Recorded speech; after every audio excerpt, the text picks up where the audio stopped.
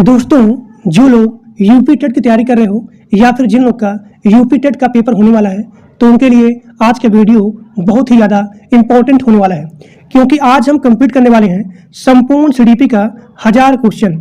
और जो लोग ये मेरा पूरा लेक्चर देख लेंगे, आपको किसी का भी लाइव लेक्चर पूरा दिन का मैराथन देखने की आवश्यकता नहीं पड़ेगी।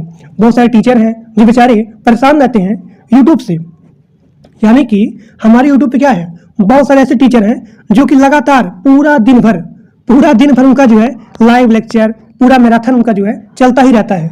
अब बेचारे जो टीचर हैं वो जो है पढ़ नहीं पाते हैं, तो मैं उनके लिए वीडियो बना रहा हूँ ताकि आपका पूरा का पूरा कंप्लीट हो जाए। और जो लोग मेरा पूरा लेक्चर देखेंगे, आपको किसी का भी लाइव लेक्चर लाइव मैराथन देखने की आवश्यकता नहीं पड़ेगी। तो मैं टीचर के लिए यहाँ पे ज़्यादा करके वीडियो बना रहा हूँ ताकि आपको ज़्यादा परेशान न होना पड़े और कम समय में आप ज़्यादा कंटेंट, ज़्यादा क्वेश्चन, ज़्यादा टॉपिक आपका कवर हो जाए। तो हमारे चैनल पे संपूर्ण जो भी सब्जेक्ट है, उन सभी सब्जेक्ट का यहाँ पे 1000 क्वेश्चन कम समय में कराया जा रहा है। और आपको मात्र 99 रुपया में संपूर्ण यूपी टेट का पूरा सिलेबस मिल जाएगा। चाहे आपका संस्कृत हो गया, चाहे आपका हिंदी हो गया, और चाहे आपका सीडीपी हो गया, चाहे आपका ईवीएस हो गया, पूरा का पूरा जो है 1000 क्वेश्चन।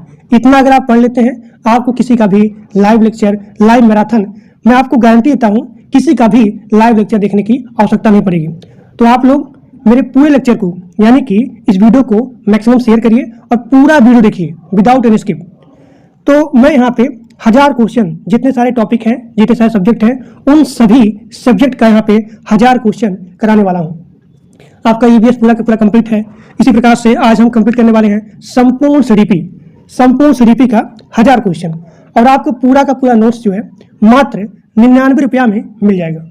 तो जो लोग इतना पढ़ लेते हैं, मैं आपको गारंटी देता हूँ, मैं जो है उन टीचर को गारंटी देता हूँ जो बेचारे परेशान रहते हैं, उसको किसी का भी लाइव लेक्चर लाइव मैराथन देखने की आवश्यकता नहीं पड़ेगी। तो नोट्स को परचेज करने के लिए आपके सामने यहाँ पे एक नंबर दिया गया है। इसी नंबर पे आपको मात्र 99 रुपया गूगल पेमेंट करना है और उस पेमेंट का स्क्रीनशॉट इसी नंबर के व्हाट्सएप पे भेज देना है और आपको वहीं पे जो है पूरा का पूरा यूपी टेट का संपूर्ण नोट्स मिल जाएगा। यहाँ देखिए, यहाँ पे आपका सीडीपी का सबसे पहला क्वेश्चन है कि बाल विकास का अर्थ क्या होता है। तो आप लिखेंगे, जो भी बच्चे होते हैं, जो भी शिशु होते हैं, उनके जन्म से लेकर के किशोरावस्था तक जो उनका शारीरिक विकास होता है, मानसिक विकास होता है, सामाजिक विकास होता है, और जो उनके भावना में परिवर्तन होता है, उसे बोलते हैं बाल विकास। ठीक। अब यहाँ पे आपका अगला क्वेश्चन है कि बाल मनोविज्ञान का जनक किसे कहा जाता है। तो आप लिखेंगे, जीन पियाजे को बाल मनोविज्ञान का जनक कहा जाता है। अगला क्वेश्चन है, संज्ञानात्मक विकास का सिद्धांत किसका है। तो आप लिखेंगे, जीन पियाजे का है। जीन पियाजे को बाल मनोविज्ञान का जनक कहा जाता है और जीन पियाजे को ही, यानी कि जो भी यहाँ पे जीन पियाजे हैं, इन्होंने ही यहाँ पे संज्ञानात्मक विकास का सिद्धांत दिया है। अगला क्वेश्चन है कि पियाजे के अनुसार विकास के कितने चरण होते हैं। तो पियाजे के अनुसार विकास के 4 चरण होते हैं, 4 चरण होते हैं। अगला क्वेश्चन है, संवेदीगत अवस्था की आयु कितनी होती है। तो संवेदीगत अवस्था की जो आयु होती है वो है जन्म से लेकर के 2 वर्ष तक। इसमें आपका पूरा का पूरा previous year question, expected question और जो भी आपका मल्टीपल टाइम रिपीटेड क्वेश्चन है, उन सभी को यहाँ पे कंप्लीट करवाया जा रहा है। पूर्व संक्रियात्मक अवस्था की आयु क्या होती है। तो आप लिखेंगे, पूर्व संक्रियात्मक अवस्था की जो आयु होती है वो होती है 2 से लेकर के 7 वर्ष तक। अगला आपका है कि मूर्त संक्रियात्मक अवस्था की आयु कितनी होती है। तो आप लिखेंगे 7 से लेकर के 11 वर्ष तक। 7 से लेकर के 11 वर्ष तक होती है मूर्त संक्रियात्मक अवस्था। इसका ट्रिक क्या होता है, यहाँ पे दिया गया है मूर्त, यानी कि इसको आप जोड़िए मरने से, हम साथ साथ जिएंगे। यहाँ पे एक है, यानी कि यहाँ पे एक प्रेमी है और यहाँ पे एक प्रेमिका है, तो वो बोलते हैं कि हम साथ साथ जिएंगे और साथ साथ मरेंगे। तो यही आपका ट्रिक हो गया कि हम साथ साथ जिएंगे, यानी कि 7 से लेकर के, कौन बोल रहा है, एक प्रेमी है और एक यहाँ पे प्रेमिका है, ये दोनों बोल रहे हैं कि हम साथ साथ जिएंगे और साथ साथ मरेंगे। तो मरने से आप लीजिए मूर्त से। तो जब भी पूछा जाए कि मूर्त संक्रियात्मक अवस्था की एज कितनी होती है, आयु कितनी होती है, तो आप लिखेंगे 7 से लेकर के 11 वर्ष तक। अब यहाँ पे आपका अगला है कि औपचारिक संक्रियात्मक अवस्था की आयु कितनी होती है। तो आप लिखेंगे 11 वर्ष से आगे। 11 वर्ष से आगे आपका होता है औपचारिक संक्रियात्मक अवस्था। ठीक। अगला क्वेश्चन है, सीखने का सामाजिक सिद्धांत किसने दिया था? तो सीखने का सामाजिक सिद्धांत दिया था बंडुरा ने। प्रबल सिद्धांत किसका है? तो स्किनर का है। प्रबल सिद्धांत स्किनर का है। अगला क्वेश्चन है, शास्त्रीय अनुबंधन सिद्धांत किसने दिया था? तो आप लिखेंगे शास्त्रीय अनुबंधन सिद्धांत दिया था पावलोव ने शास्त्रीय अनुबंधन सिद्धांत दिया था। जो लोग इस पीपीटी को परचेज करेंगे, कम से कम आप 10 बार इसका रीडिंग करेंगे। मैं आपको गारंटी देता हूं, एक सिंगल क्वेश्चन क्लास से बाहर नहीं आएगा, क्योंकि सारे क्वेश्चन बहुत ही ज्यादा इंपॉर्टेंट है और इतना आपके एग्जाम के लिए पर्याप्त है। बुद्धि परीक्षण किसने बनाया था? तो आप लिखेंगे बुद्धि परीक्षण बीने ने और यहाँ पे साइमन ने बनाया था। आईक्यू का सूत्र क्या होता है? देखिए, कई बार आपके एग्जाम में आता है कि जो भी आपका आईक्यू होता है उसका सूत्र क्या होता है? तो आप लिखेंगे मानसिक आयु भागा वास्तविक आयु। इसका आप मल्टीप्लाई करेंगे 100 में, तो उसे बोलते हैं आईक्यू सूत्र। अधिगम मतलब क्या होता है? अधिगम का मतलब होता है लर्निंग करना, सीखना। तो अधिगम का अर्थ क्या होता है? आप लिखेंगे अनुभव से व्यवहार में अस्थायी परिवर्तन, उसे बोलते हैं अधिगम, यानी कि लर्निंग। प्रेरणा क्या है? व्यवहार को दिशा देने वाली शक्ति। व्यवहार को दिशा देने वाली शक्ति को ही प्रेरणा कहा जाता है। अगला क्वेश्चन है कि आंतरिक प्रेरणा क्या होता है? यानी कि जो अंदर से प्रेरणा आती है, यानी कि आपका अंदर से, आंतरिक से, अंदर से प्रेरणा कब आएगी? जब आप स्वयं की रुचि लेंगे, यानी कि स्वयं की रुचि से प्रेरित कार्य, जो आपका मन है, जिसमें आपका इंटरेस्ट है, जिसमें आपका रुचि है, उसे बोलते हैं आंतरिक प्रेरणा। यानी कि आप अपने मन के हिसाब से जो कार्य करेंगे तो उसे आप बोलेंगे आंतरिक प्रेरणा। यानी कि आपके मन से, आपकी रुचि से, आपके इंटरेस्ट से जो आप यहाँ पे लगन से कार्य कर रहे हो तो उसे बोलते हैं आंतरिक प्रेरणा। अब देखिए, बाह्य प्रेरणा क्या होती है? कि आप या तो दंड से या फिर पुरस्कार से, इससे आप प्रेरित हो, तब जो है आप यहाँ पे कार्य कर रहे हो, तो उसे बोलते हैं बाह्य प्रेरणा। अब यहाँ पे आपका अगला है कि जड़ पीडी, इसका सिद्धांत किसने दिया था? तो आप लिखेंगे वाइगोत्स्की ने दिया था। बहुबुद्धि सिद्धांत किसका है? हार्वर्ड गार्डनर का है। गार्डनर के अनुसार बुद्धि के कितने प्रकार होते हैं? तो आप लिखेंगे गार्डनर के अनुसार बुद्धि के 8 प्रकार होते हैं। मनोविश्लेषण का सिद्धांत किसने दिया था? तो आप लिखेंगे सिगमंड फ्रायड ने मनोविश्लेषण का सिद्धांत दिया था। अधिगम का स्थानांतरण क्या होता है? तो आप लिखेंगे कि एक स्थिति में सीखा गया ज्ञान दूसरे में प्रयोग करना, उसे बोलते हैं अधिगम का स्थानांतरण, यानी कि चेंजिंग करना। अब यहाँ देखिए, शिक्षा का मुख्य उद्देश्य क्या होता है? सर्वांगीण विकास, यानी कि इसमें आपका मानसिक विकास हो, इसमें आपका सामाजिक विकास हो, इसमें आपका सांस्कृतिक विकास हो, यानी कि ऑल डेवलपमेंट, सभी प्रकार से जो भी आपका विकास होता है, जो भी यहाँ पे शिशु का विकास होता है, उसे बोलते हैं सर्वांगीण विकास करना। तो शिक्षा का यही मुख्य उद्देश्य होता है। अब यहाँ पे आपका अगला क्वेश्चन है कि बाल केंद्रित शिक्षा का समर्थन किसने दिया था? तो आप लिखेंगे जॉन डुई ने दिया था। जॉन डुई ने बाल केंद्रित शिक्षा का समर्थन दिया था।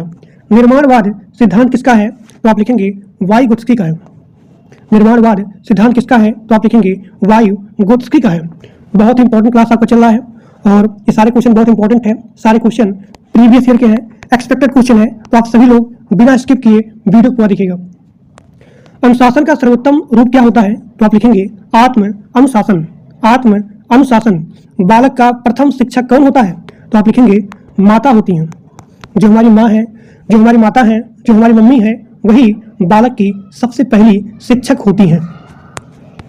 अगला क्वेश्चन है कि विकास का सबसे महत्वपूर्ण कारक क्या होता है? तो आप लिखेंगे विकास का सबसे महत्वपूर्ण कारक है वंशानुक्रम और यहाँ पे वातावरण। समावेशी शिक्षा का अर्थ क्या होता है? तो आप लिखेंगे समावेशी शिक्षा का अर्थ होता है कि सभी बच्चों को साथ में पढ़ाना। प्रतिभाशाली बालक किसे कहते हैं? तो आप लिखेंगे जिनकी बुद्धि सामान्य से अधिक हो, उसे बोलते हैं प्रतिभाशाली बालक। पिछड़े बालक किसे कहते हैं? जिनकी शैक्षिक उपलब्धि कम हो, उसे बोलते हैं पिछड़े बालक। जिनकी शैक्षिक उपलब्धि कम हो, उसे बोलेंगे पिछड़े बालक। सीखने का सर्वोत्तम तरीका क्या होता है? तो आप लिखेंगे गतिविधि आधारित शिक्षण।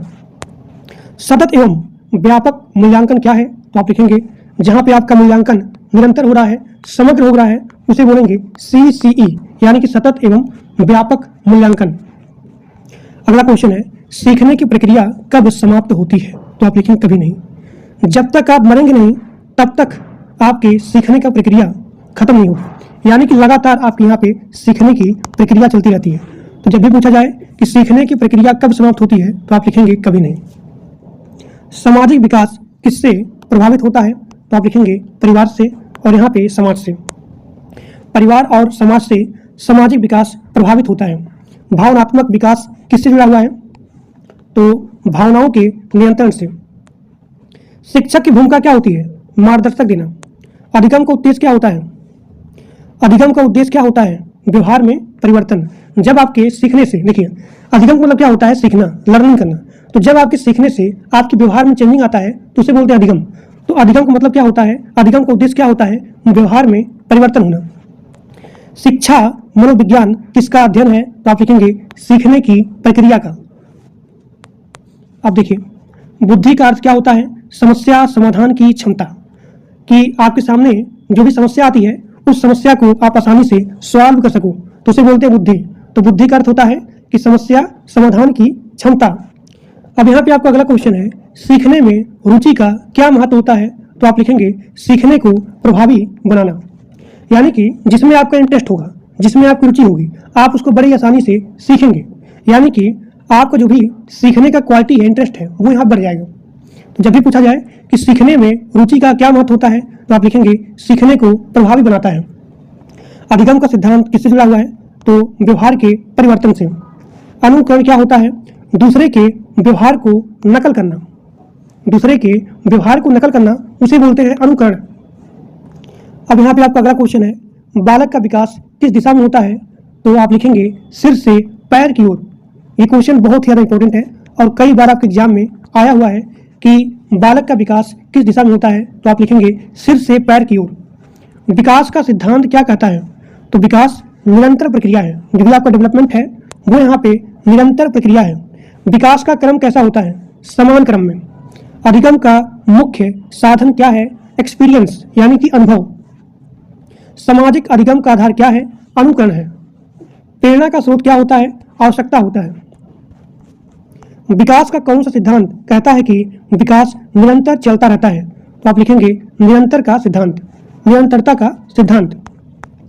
विकास का कौन सा सिद्धांत कहता है कि विकास एक निश्चित क्रम में होता है, तो आप लिखेंगे क्रमबद्धता का सिद्धांत। बाल विकास को प्रभावित करने वाला मुख्य कारक क्या है, तो आप लिखेंगे वंशानुक्रम और यहाँ पे वातावरण। अधिगम का स्थानांतरण कितने प्रकार का होता है, तो आप लिखेंगे अधिगम का स्थानांतरण 3 प्रकार का होता है। पहला आपका होता है सकारात्मक, नकारात्मक और यहाँ पे शून्य।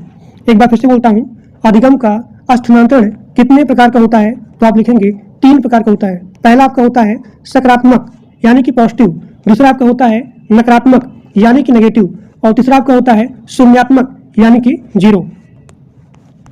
अब यहाँ पे आपका अगला है सकारात्मक स्थानांतरण क्या होता है, तो आप लिखेंगे एक अधिगम से दूसरे अधिगम में सहायता मिलना। यानी कि जो चीज़ आप पिछला सीख चुके हो उसकी सहायता से दूसरे अधिगम में, यानी कि दूसरा चीज़ सीखने में जो आपको यहाँ सहायता मिलती है उसे बोलते हैं पॉजिटिव यानी कि सकारात्मक स्थानांतरण। एक बार फिर से बोल रहा हूँ क्योंकि क्वेश्चन बहुत इंपॉर्टेंट है। सकारात्मक स्थानांतरण क्या होता है, तो आप लिखेंगे एक अधिगम से दूसरे अधिगम में सहायता मिलना, उसे बोलते हैं सकारात्मक स्थानांतरण। नकारात्मक क्या होता है कि एक अधिगम से दूसरे अधिगम में बाधा आना, तो वो आपका हो गया नकारात्मक। शून्यात्मक क्या हो गया कि कोई भी प्रभाव नहीं पड़ा, यानी कि जब एक अधिगम का दूसरे अधिगम पर कोई प्रभाव ना पड़े तो उसे बोलते हैं शून्य स्थानांतरण।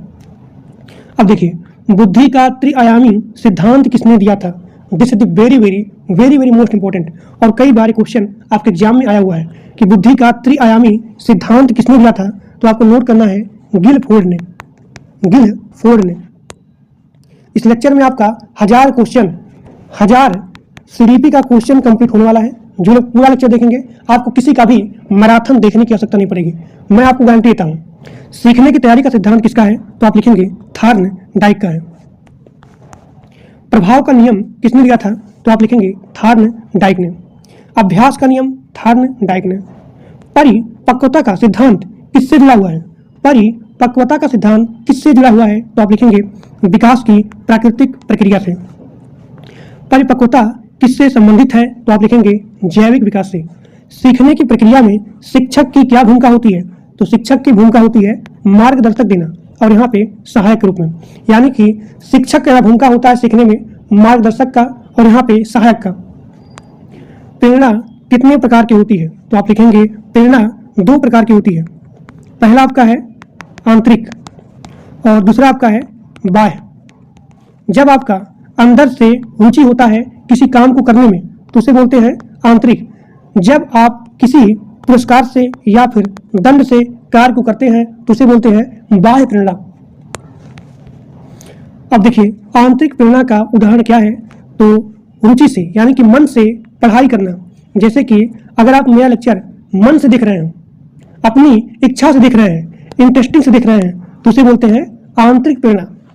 और जैसे मैं यहाँ पढ़ा रहा हूँ, आराम से देख रहे हो लेट के, कोई इंटरेस्ट नहीं है, कोई रुचि नहीं है, तो उसे बोलते हैं बाह्य प्रेरणा। कि अगर हम देखेंगे नहीं तो हमारा एग्जाम नहीं होगा, तो बिना मन से, बिना रुचि से, बिना इंटरेस्ट से अगर आप मेरी क्लास को देख रहे हो तो उसे बोलते हैं बाह्य प्रेरणा। अब देखिए बाह्य प्रेरणा का उदाहरण क्या है? पुरस्कार पाने के लिए, पुरस्कार पाने के लिए पढ़ना, तो उसे बोलते हैं बाह्य प्रेरणा। सीखने का प्रक्रिया का मुख्य तत्व क्या होता है? तो उसे लिखेंगे अनुभव। सीखने की प्रक्रिया का मुख्य तत्व क्या है? तो आप लिखेंगे अनुभव।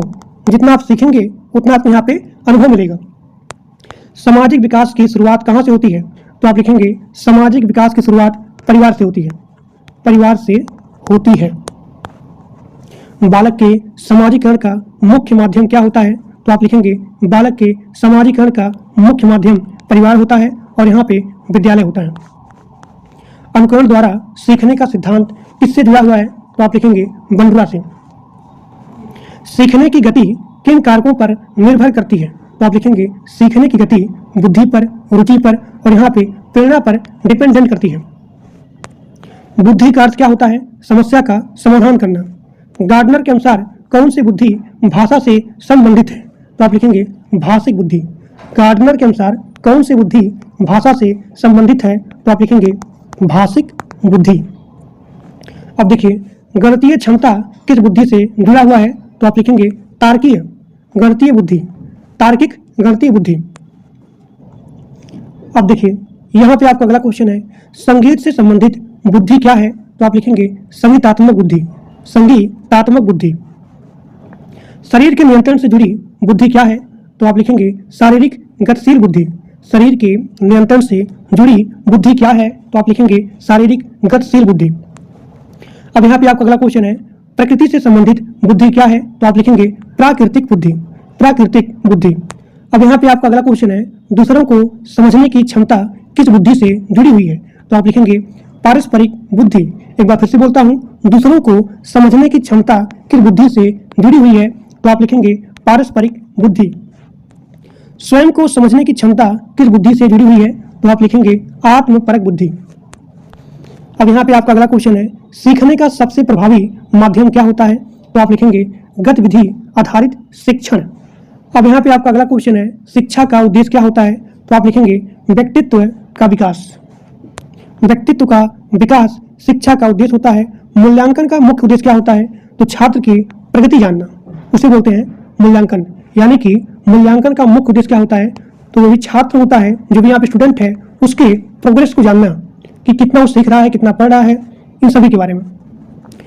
प्रारूपिक मूल्यांकन कब किया जाता है? तो आप लिखेंगे प्रारूपिक मूल्यांकन शिक्षण के दौरान किया जाता है। ये क्वेश्चन बहुत इंपॉर्टेंट है, एक बार फिर से बोल रहा हूँ।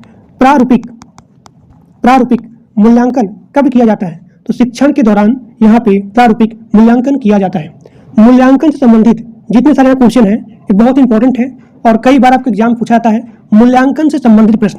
जैसे कि आपको हो गया कि समापन मूल्यांकन कब किया जाता है? तो आप लिखेंगे शिक्षण के अंत में, यानी कि पढ़ाने के बाद जो आप मूल्यांकन करते हैं, जो आप पूछते हैं बच्चों से, तो उसे बोलते हैं समापन मूल्यांकन।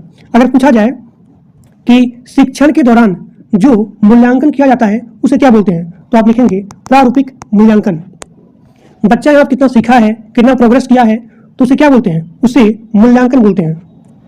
तो जब भी पूछा जाए कि छात्र की प्रगति जानना, तो उसे क्या बोलेंगे? उसे मूल्यांकन बोलेंगे। शिक्षण के दौरान जो मूल्यांकन किया जाता है उसे प्रारूपिक मूल्यांकन कहते हैं। शिक्षण के अंत में जो यहाँ मूल्यांकन किया जाता है उसे समापन मूल्यांकन बोलते हैं। अधिगम में रुचि का क्या महत्व होता है?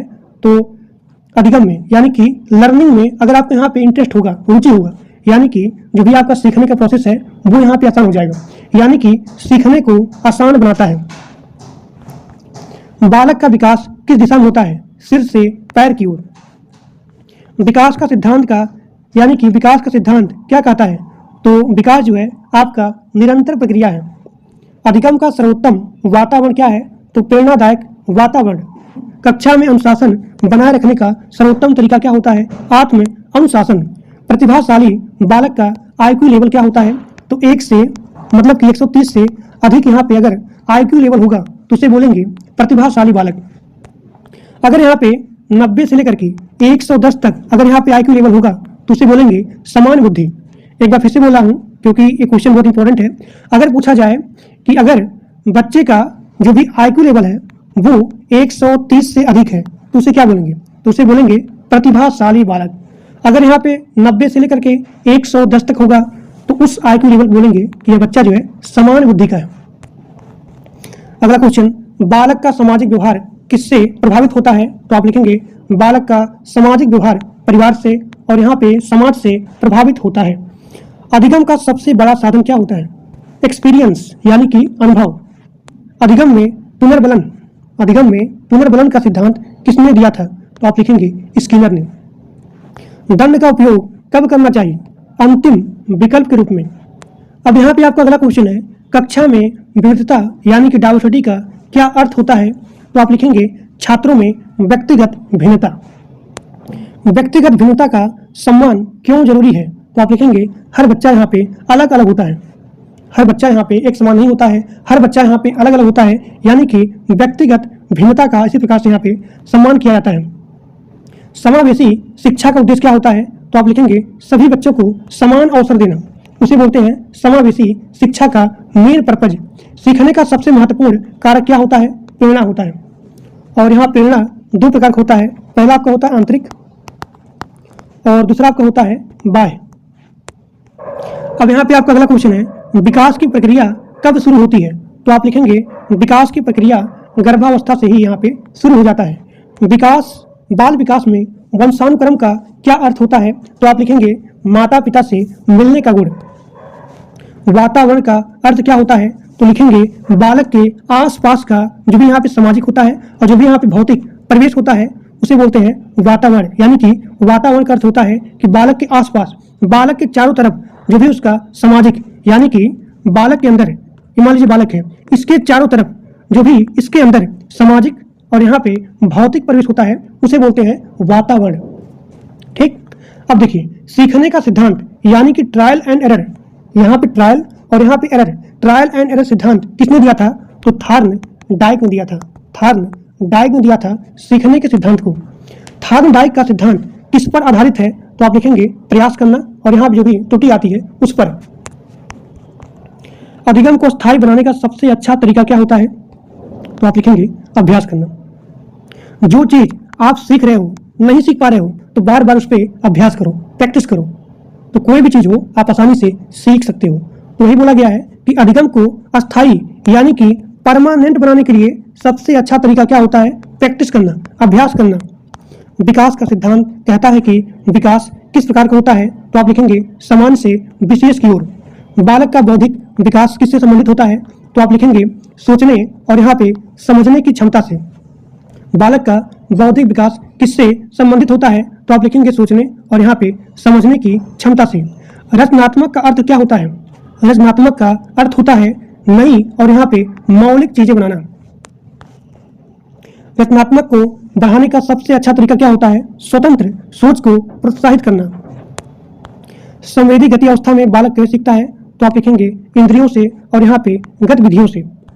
पूर्व संक्रियात्मक अवस्था में बालक की सोच कैसी होती है?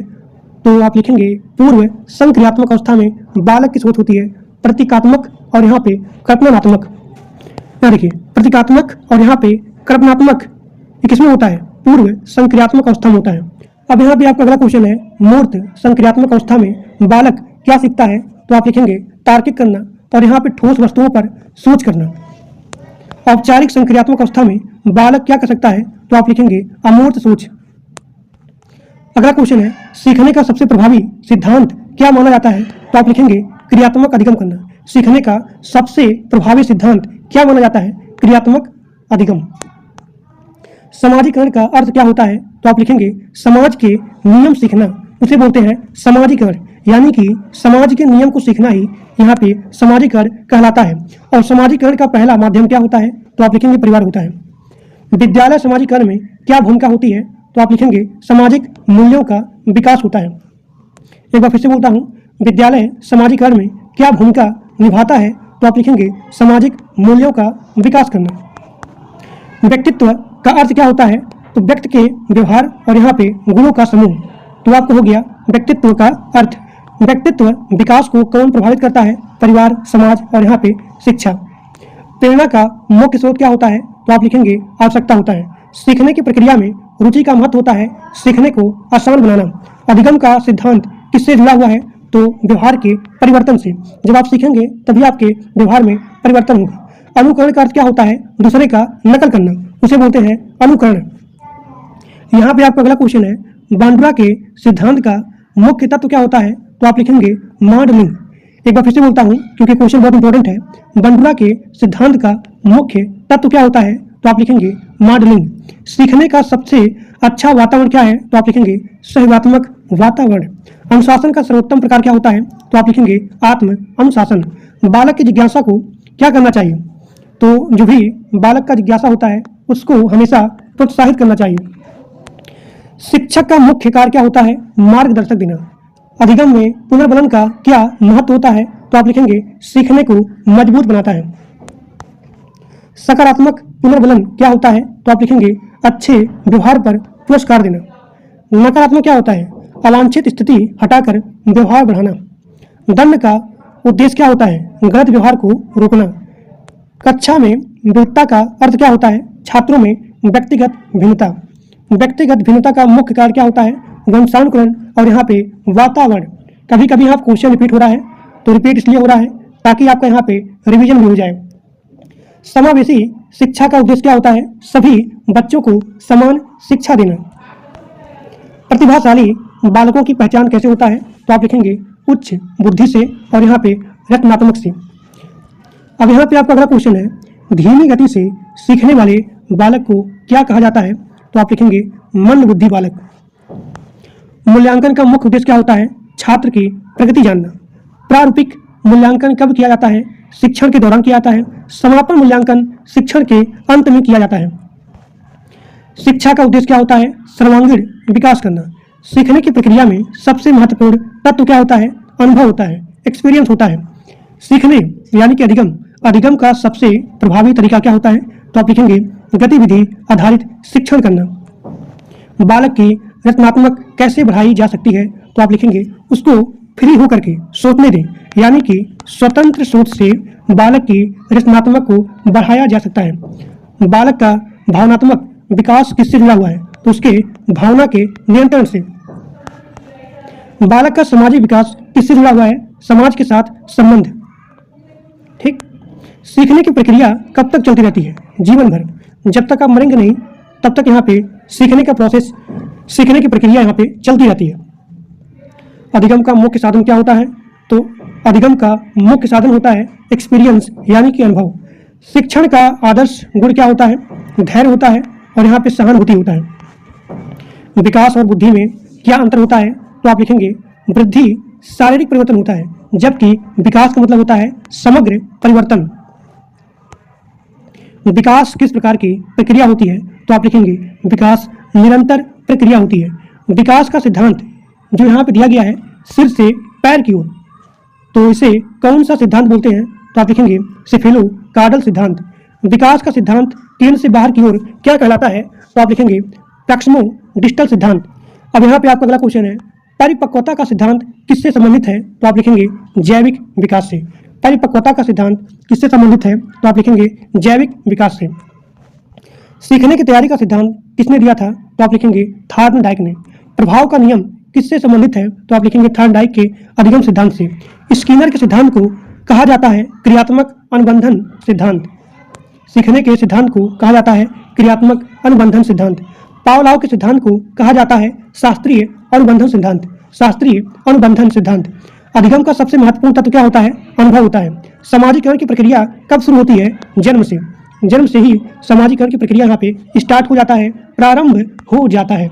बालक का पहला सामाजिक समूह कौन सा है? तो आप देखेंगे सबसे पहले परिवार आता है। एक बार फिर से बोल रहा हूँ, बालक का सबसे पहला सामाजिक समूह कौन होता है? परिवार होता है, फैमिली होती है। विद्यालय का मुख्य कार्य क्या होता है? शिक्षा और यहाँ पे सामाजिकरण।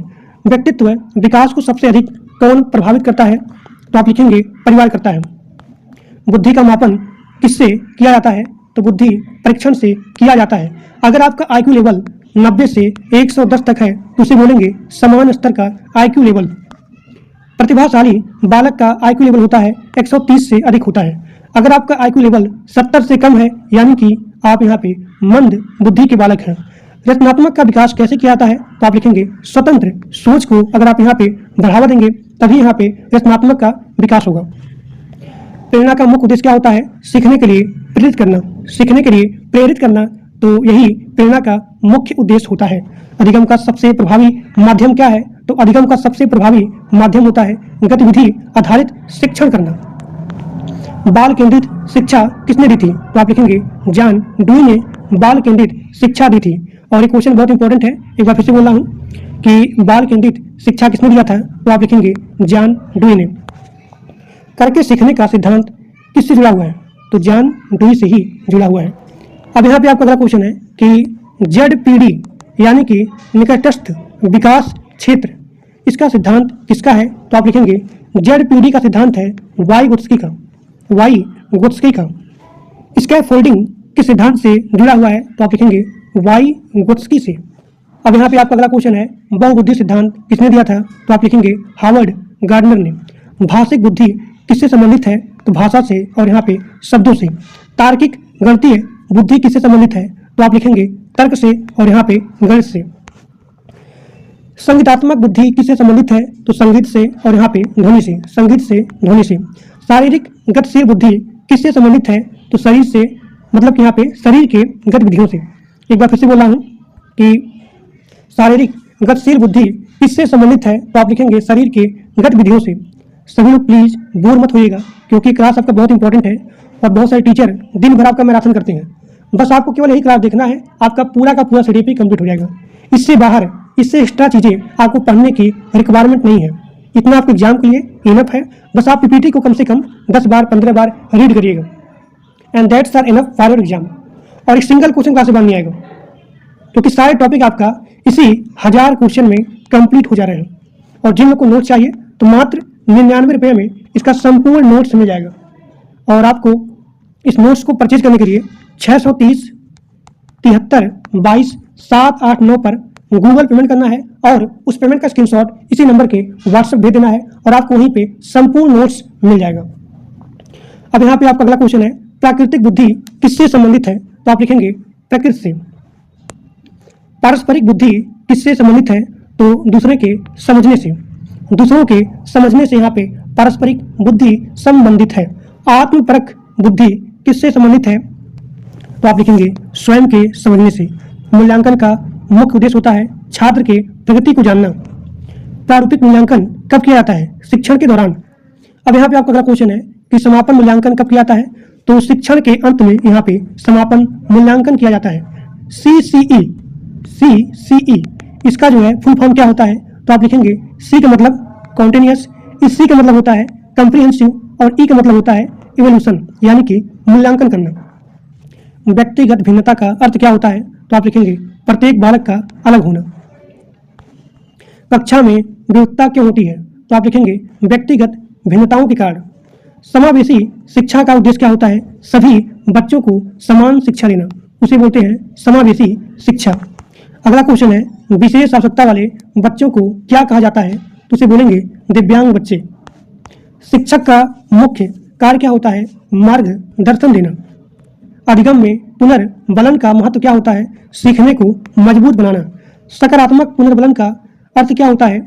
आप लिखेंगे अच्छे व्यवहार का, मतलब कि यहाँ पे अच्छे व्यवहार पर पुरस्कार देना, उसे बोलते हैं सकारात्मक पुनर्बलन। और नकारात्मक पुनर्बलन क्या होता है? तो आप लिखेंगे अवांछित स्थिति हटाकर व्यवहार को बढ़ाना। दंड का उपयोग कब किया जाता है? जब कोई भी ऑप्शन ना बचा रहे तब वहां पे दंड किया जाता है, यानी कि अंतिम उपाय के रूप में। कक्षा में अनुशासन बनाए रखने का सर्वोत्तम तरीका क्या होता है? तो आप लिखेंगे आत्म अनुशासन बनाए रखना। बालक की जिज्ञासा को क्या करना चाहिए? तो आप लिखेंगे प्रोत्साहित करना चाहिए। अधिगम का मुख्य उद्देश्य क्या होता है? व्यवहार में परिवर्तन।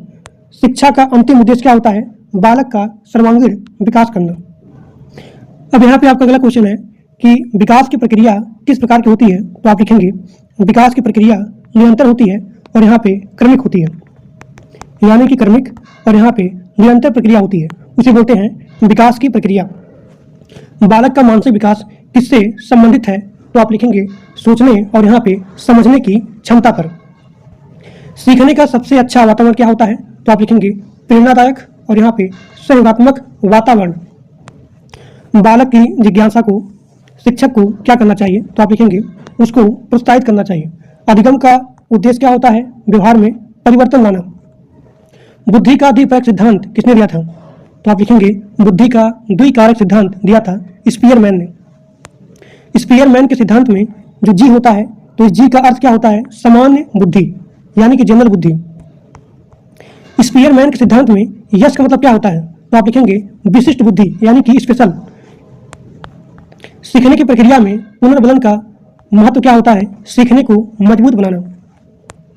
अनुकरण द्वारा सीखना किस सिद्धांत पर जुड़ा हुआ है? तो आप लिखेंगे सामाजिक अधिगम सिद्धांत। सामाजिक अधिगम सिद्धांत।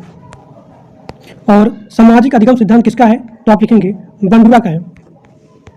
बालक का भावनात्मक विकास किससे संबंधित है? तो आप लिखेंगे भावनाओं के नियंत्रण से।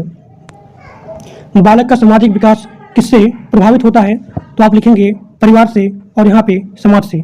अब यहाँ पे आपका अगला क्वेश्चन है रचनात्मक का अर्थ क्या होता है? तो आप लिखेंगे रचनात्मक अर्थ होता है नई और मौलिक विचार को उत्पन्न करना। सीखने की तैयारी का नियम किसने दिया था? तो आप लिखेंगे थॉर्नडाइक ने। और क्वेश्चन बहुत इंपॉर्टेंट है, कई बार आपके एग्जाम में आता रहता है। अब यहाँ पे आपका अगला क्वेश्चन है कि अधिगम का प्रभाव नियम क्या कहलाता है? तो आप लिखेंगे सुखद परिणाम से अधिगम मजबूत होता है। अभ्यास का नियम क्या बतलाता है? तो आप लिखेंगे बार बार अभ्यास सीखना मजबूत होता है, यानी कि जितना आप बार बार अभ्यास करेंगे, प्रैक्टिस करेंगे, उतना ही आपको सीखने में आसानी होगी। बालक के विकास का सबसे महत्वपूर्ण समय कौन सा है? तो आप लिखेंगे प्रारंभिक बचपन। अधिगम का सबसे बड़ा साधन होता है अनुभव। समाजीकरण का उद्देश्य है सामाजिक व्यवहार विकसित करना। शिक्षक का आदर्श व्यवहार कैसा होना चाहिए? तो आप लिखेंगे सहानुभूतिपूर्ण और यहाँ पे सहयोगात्मक व्यवहार होना चाहिए। अब यहाँ पे आपका अगला क्वेश्चन है अधिगम का स्थानांतरण क्या होता है? तो आप लिखेंगे एक अधिगम का दूसरे अधिगम में यूज करना, उसे बोलते हैं अधिगम का स्थानांतरण। जैसे कि अगर मान लीजिए आपको कार चलाने आता है, तो आप आसानी से जो है ट्रैक्टर भी सीख सकते हैं। अगर आपको कार चलाने आता है, यानी कि आप जो है बोलेरो, स्कॉर्पियो भी चला सकते हैं। यानी कि जो आपने पहले सीखा है, यहाँ देखिए, जो आपने पहले सीखा है उसकी सहायता से अगर आप दूसरा चीज सीख रहे हो तो उसे बोलते हैं सकारात्मक स्थानांतरण। यानी कि यहाँ पे एग्जाम्पल भी दिया गया है, जैसे कि साइकिल चलाना सीखने से मोटरसाइकिल चलाना आसान होता है। वही चीज है कि एक अधिगम की सहायता से दूसरे अधिगम को सीखना आसान हो जाए तो उसे बोलते हैं सकारात्मक स्थानांतरण। अब देखिए नकारात्मक स्थानांतरण क्या होता है? तो आप लिखेंगे पहले सीखी हुई चीज में और जो आप नई चीज सीख रहे हो उसमें जो बाधा आती है उसे बोलते हैं नकारात्मक स्थानांतरण। शून्य स्थानांतरण क्या होता है? इसमें आपका कोई भी प्रभाव नहीं होता है। जब एक अधिगम का दूसरे पर कोई भी प्रभाव नहीं आता है तो वो आपका हो गया शून्य स्थानांतरण। बुद्धि का मापन किससे किया जाता है? तो आप लिखेंगे IQ टेस्टिंग से। IQ टेस्टिंग से। प्रतिभाशाली बालक किसे कहा जाता है? जिनकी बुद्धि सामान्य से अधिक हो। मंद बुद्धि बालक किसे कहा जाता है? जिसकी बुद्धि सामान्य से कम हो, तो वो आपको हो गया मंद बुद्धि बालक। व्यक्तिगत भिन्नता का अर्थ है हर बालक का अलग अलग होना। व्यक्तिगत भिन्नता का कारण क्या होता है? वंशानुक्रम और यहाँ पे वातावरण। समावेशी शिक्षा का उद्देश्य क्या होता है? सभी बच्चों को समान अवसर देना। मूल्यांकन का मुख्य उद्देश्य होता है छात्र की प्रगति का आकलन करना। प्रारूपिक मूल्यांकन क्या है? तो आप लिखेंगे शिक्षण के दौरान किया जाने वाला मूल्यांकन तो वो आपका हो गया प्रारूपिक मूल्यांकन।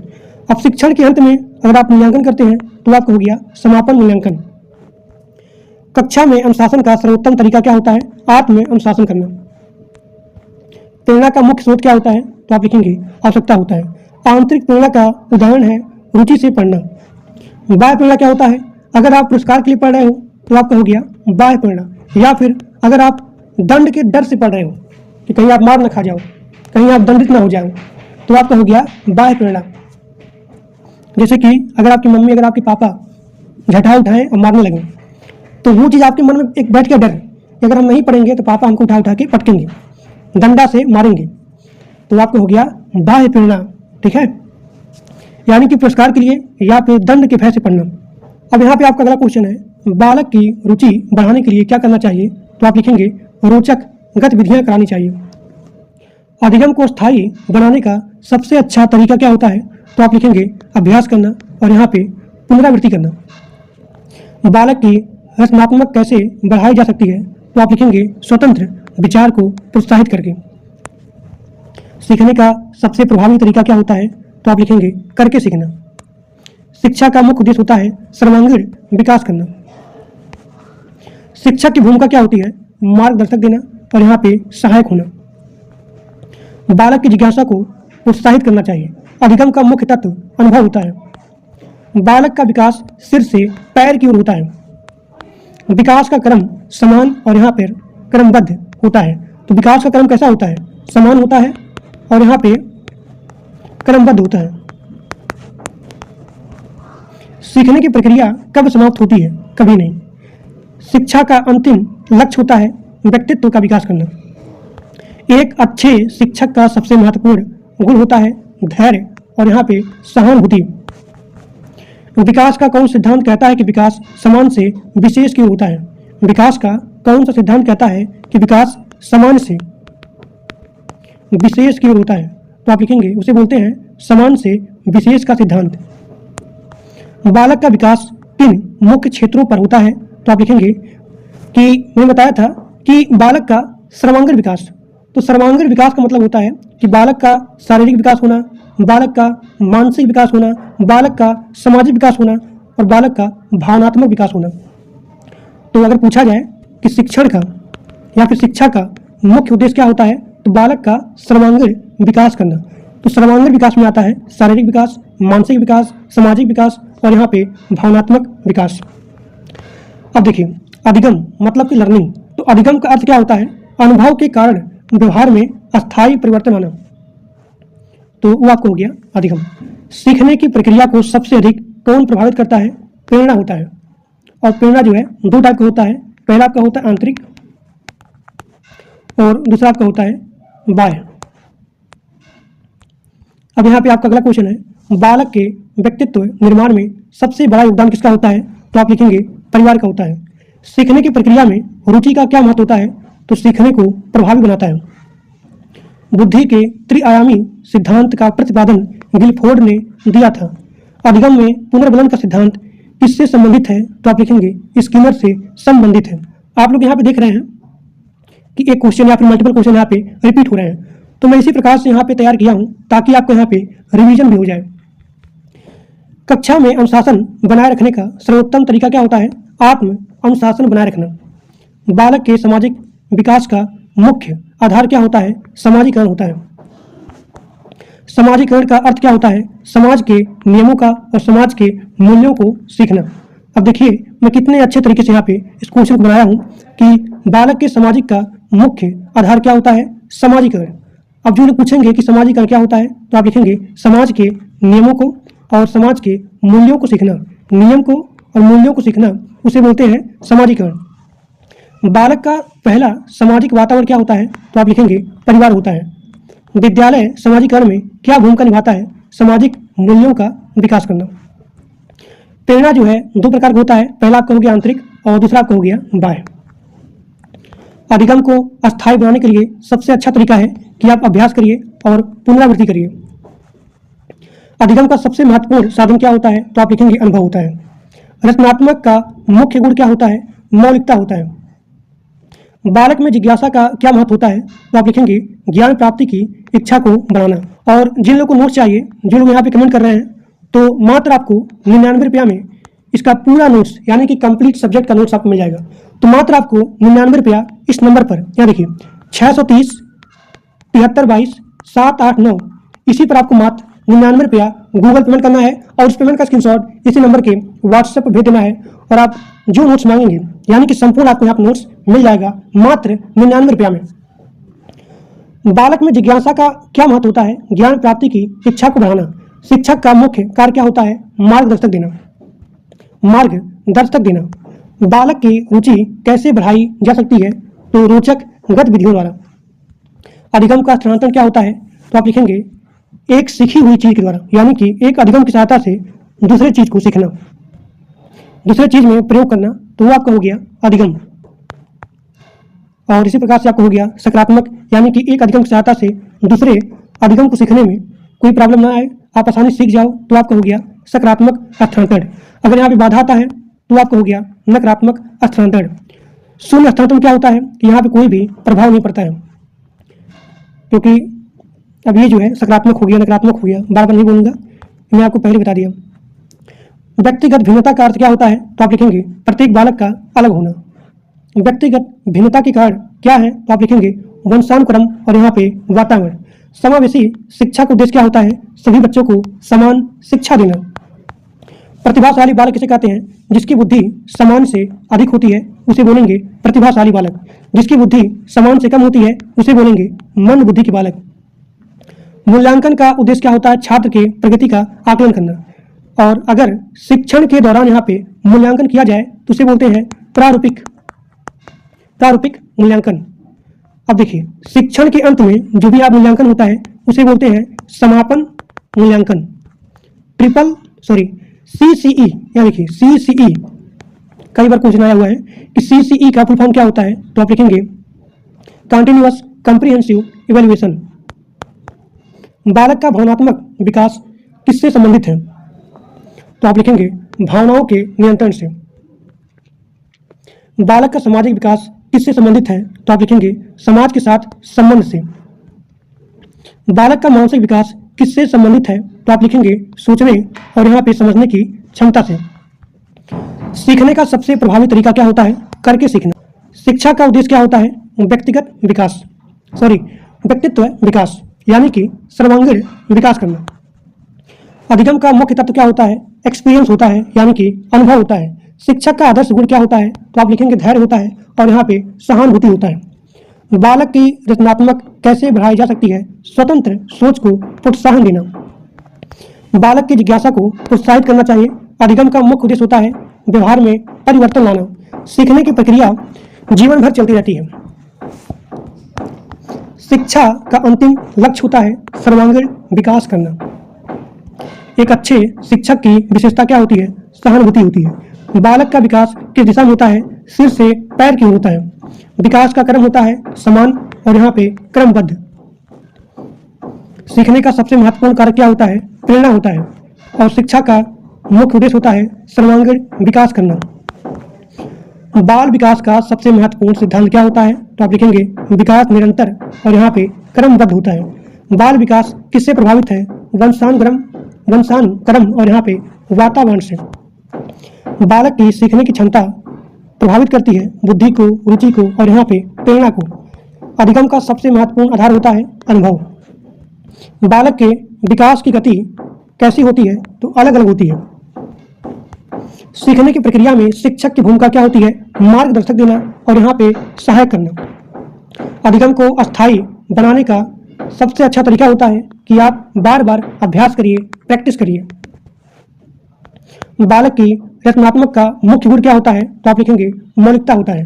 सीखने की प्रक्रिया में प्रेरणा का क्या महत्व होता है? तो आप लिखेंगे सीखने के लिए उत्साह को बढ़ावा देना। सामाजिकरण का मुख्य उद्देश्य क्या होता है? सामाजिक व्यवहार विकसित करना। बालक का पहला शिक्षक क्या होता है? तो माता होती है।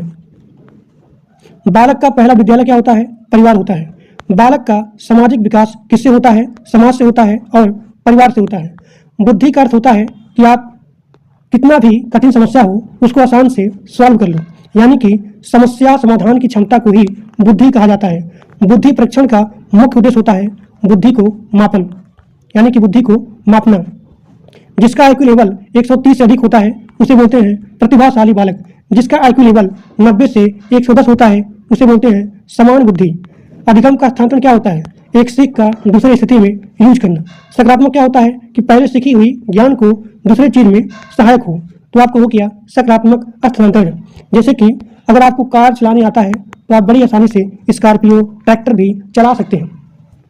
नकारात्मक क्या होता है कि पहले सीखा ज्ञान नई सीख में बाधा बने। तो आपको हो गया नकारात्मक स्थानांतरण। अब एक क्वेश्चन को मैं बार बार बोल रहा हूँ ताकि आप आसानी से इसी क्लास में आपका पूरा का पूरा रिवीजन हो जाए।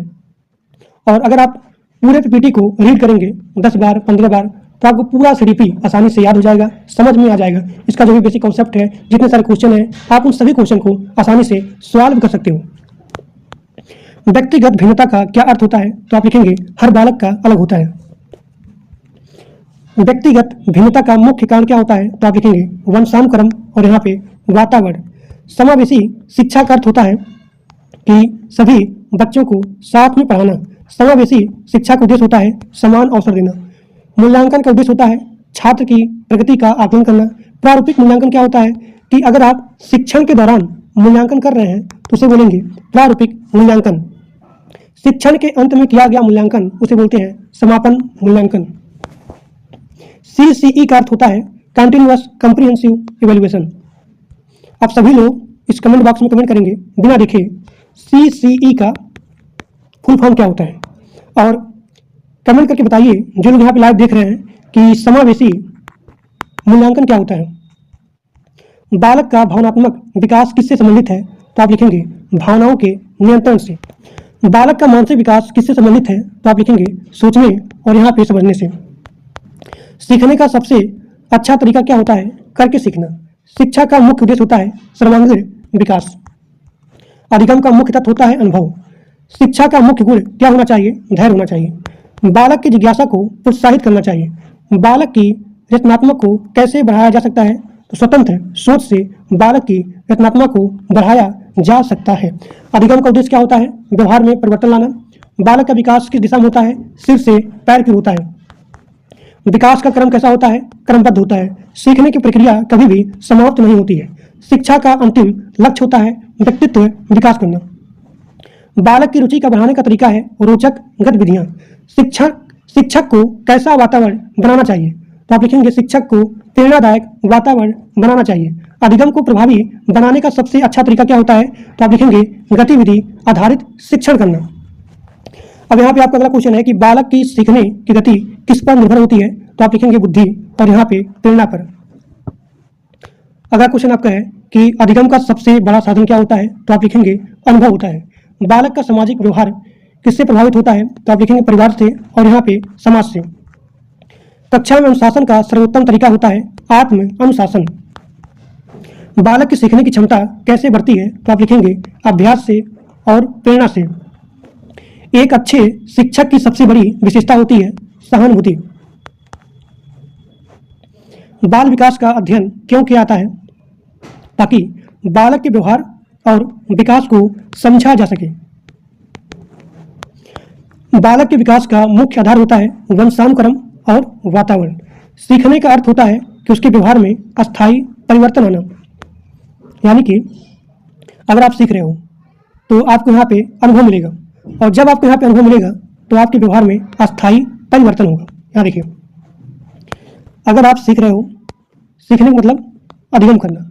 अगर आप सीखेंगे, ठीक, सीखना, तो सीखने से आपको यहाँ पे अनुभव मिलेगा। तो जैसे ही आपको यहाँ पे अनुभव मिलेगा यानी कि आपके व्यवहार में अस्थायी परिवर्तन होगा। सीखने की प्रक्रिया को कौन प्रेरित करता है? तो आप लिखेंगे प्रेरणा। बालक की रुचि किससे बढ़ती है? तो आप लिखेंगे रोचक गतिविधियों से। बालक का मानसिक विकास किससे जुड़ा हुआ है? तो आप लिखेंगे सोचने और समझने की क्षमता से। सोचने और समझने की क्षमता से ही बालक का मानसिक विकास जुड़ा हुआ है। बालक का सामाजिक विकास किससे प्रभावित करता है? तो आप लिखेंगे परिवार और समाज से। बालक का भावनात्मक विकास किससे संबंधित है? तो उसके भावनाओं के नियंत्रण से। व्यक्तित्व का अर्थ होता है कि व्यक्ति के गुणों को और व्यक्ति के व्यवहार समूह को। व्यक्तित्व विकास को सबसे अधिक प्रभावित करता है परिवार, समाज। बुद्धि का अर्थ होता है समस्या समाधान की क्षमता। बुद्धि परीक्षण का उद्देश्य होता है बुद्धि का मापन। प्रतिभाशाली बालक किसे कहा जाता है? जिसकी बुद्धि समान से अधिक हो उसे बोलेंगे प्रतिभाशाली बालक। जिसकी बुद्धि समान से कम हो उसे क्या बोलेंगे? मंद बुद्धि। व्यक्तिगत भिन्नता का अर्थ होता है कि प्रत्येक बालक का अलग होना। व्यक्तिगत भिन्नता के कारण क्या होता है? वंशानुक्रम और यहाँ पे वातावरण। अधिगम का स्थानांतरण, एक अधिगम का दूसरी स्थिति में यूज होना। पहली सीखी हुई चीज नई चीज सीखने में अगर सहायक होती है तो उसे बोलते हैं सकारात्मक, और अगर बाधा डालती है तो उसे बोलते हैं नकारात्मक स्थानांतरण। अगर कोई भी प्रभाव नहीं पड़ा तो उसे बोलेंगे शून्यात्मक स्थानांतरण। समाजीकरण का अर्थ क्या होता है? समाज के नियमों को और समाज के मूल्यों को सीखना ही समाजीकरण का अर्थ होता है। समाजीकरण का पहला माध्यम परिवार होता है। विद्यालय समाजीकरण में क्या भूमिका होती है? सामाजिक मूल्यों का विकास होता है। शिक्षक का मुख्य कार्य होता है मार्गदर्शन देना, मार्गदर्शक करना। शिक्षक को कक्षा में कैसा वातावरण बनाना चाहिए तो आप लिखेंगे प्रेरणादायक और यहाँ पे सहयोगात्मक। अधिगम का सबसे अच्छा तरीका होता है करके सीखना। शिक्षक का मुख्य उद्देश्य होता है सर्वांगीण विकास करना, और अधिगम का मुख्य तत्व होता है अनुभव। सीखने की प्रक्रिया में रुचि का महत्व होता है सीखने को प्रभावी बनाना। बालक की रचनात्मक का मुख्य कारण होता है मौलिकता। बालक की जिज्ञासा को बढ़ावा देना चाहिए। अधिगम का उद्देश्य होता है कि उसके व्यवहार में परिवर्तन लाना। सीखने की प्रक्रिया जीवन भर चलती रहती है। शिक्षक का अंतिम उद्देश्य होता है व्यक्तित्व का विकास करना। कक्षा में अनुशासन का सर्वोत्तम तरीका होता है आत्म अनुशासन बनाए रखना। अधिगम को स्थायी बनाने के लिए सबसे अच्छा तरीका होता है अभ्यास, यानी कि ज़्यादा से ज़्यादा प्रैक्टिस किया जाए। बालक की सीखने की गति निर्भर होती है बुद्धि पर और प्रेरणा पर। अधिगम का सबसे बड़ा साधन होता है एक्सपीरियंस, यानी कि अनुभव। बालक का सामाजिक व्यवहार किसे प्रभावित करता है तो आप लिखेंगे परिवार और यहाँ पे समाज। शिक्षक का आदर्श गुण क्या होता है? धैर्य रखना और यहाँ पे सहानुभूति करना। बालक की रुचि बढ़ाई जा सकती है रोचक गतिविधियों से। अधिगम का सबसे प्रभावी तरीका क्या होता है तो आप लिखेंगे गतिविधि आधारित शिक्षण। बालक का विकास सिर से पैर की दिशा में होता है, सिर से पैर की दिशा में होता है। विकास का क्रमबद्ध होता है। बालक के विकास में विद्यालय की भूमिका होती है शिक्षा और यहाँ पे सामाजिकरण विकास करना। सीखने का सबसे महत्वपूर्ण कारक क्या है? प्रेरणा। अधिगम का मुख्य उद्देश्य क्या होता है? ज्ञान और यहाँ पे कौशल को प्राप्त करना। यानी कि जो भी आपका अधिगम होता है तो अधिगम का मतलब आप ज्ञान भी अर्जित करो और साथ ही साथ आपको यहाँ पे स्किल डेवलपमेंट भी हो। बालक की रचनात्मक कैसे बढ़ाई जा सकती है तो आप लिखेंगे स्वतंत्र सोच को प्रोत्साहन देकर के। एक अच्छे शिक्षक की मुख्य विशेषता होती है सहानुभूति। शिक्षक का अंतिम उद्देश्य होता है, यानी कि शिक्षा का अंतिम उद्देश्य होता है सर्वांगीण विकास करना।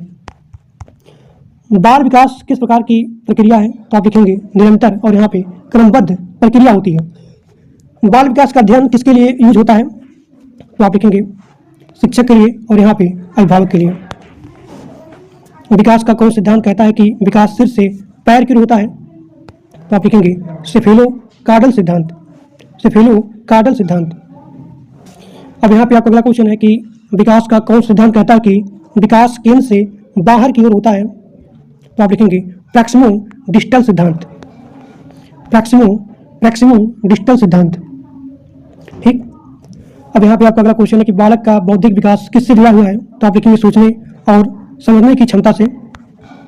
बालक का सामाजिक विकास प्रभावित करता है परिवार को, समाज को। अधिगम का सबसे प्रभावी साधन है अनुभव। सीखने की प्रक्रिया में रुचि का महत्व होता है कि सीखने को प्रभावी बनाना। प्रेरणा का मुख्य उद्देश्य क्या होता है कि सीखने के लिए उत्साह उत्पन्न करना। अधिगम का मुख्य उद्देश्य होता है व्यवहार में परिवर्तन।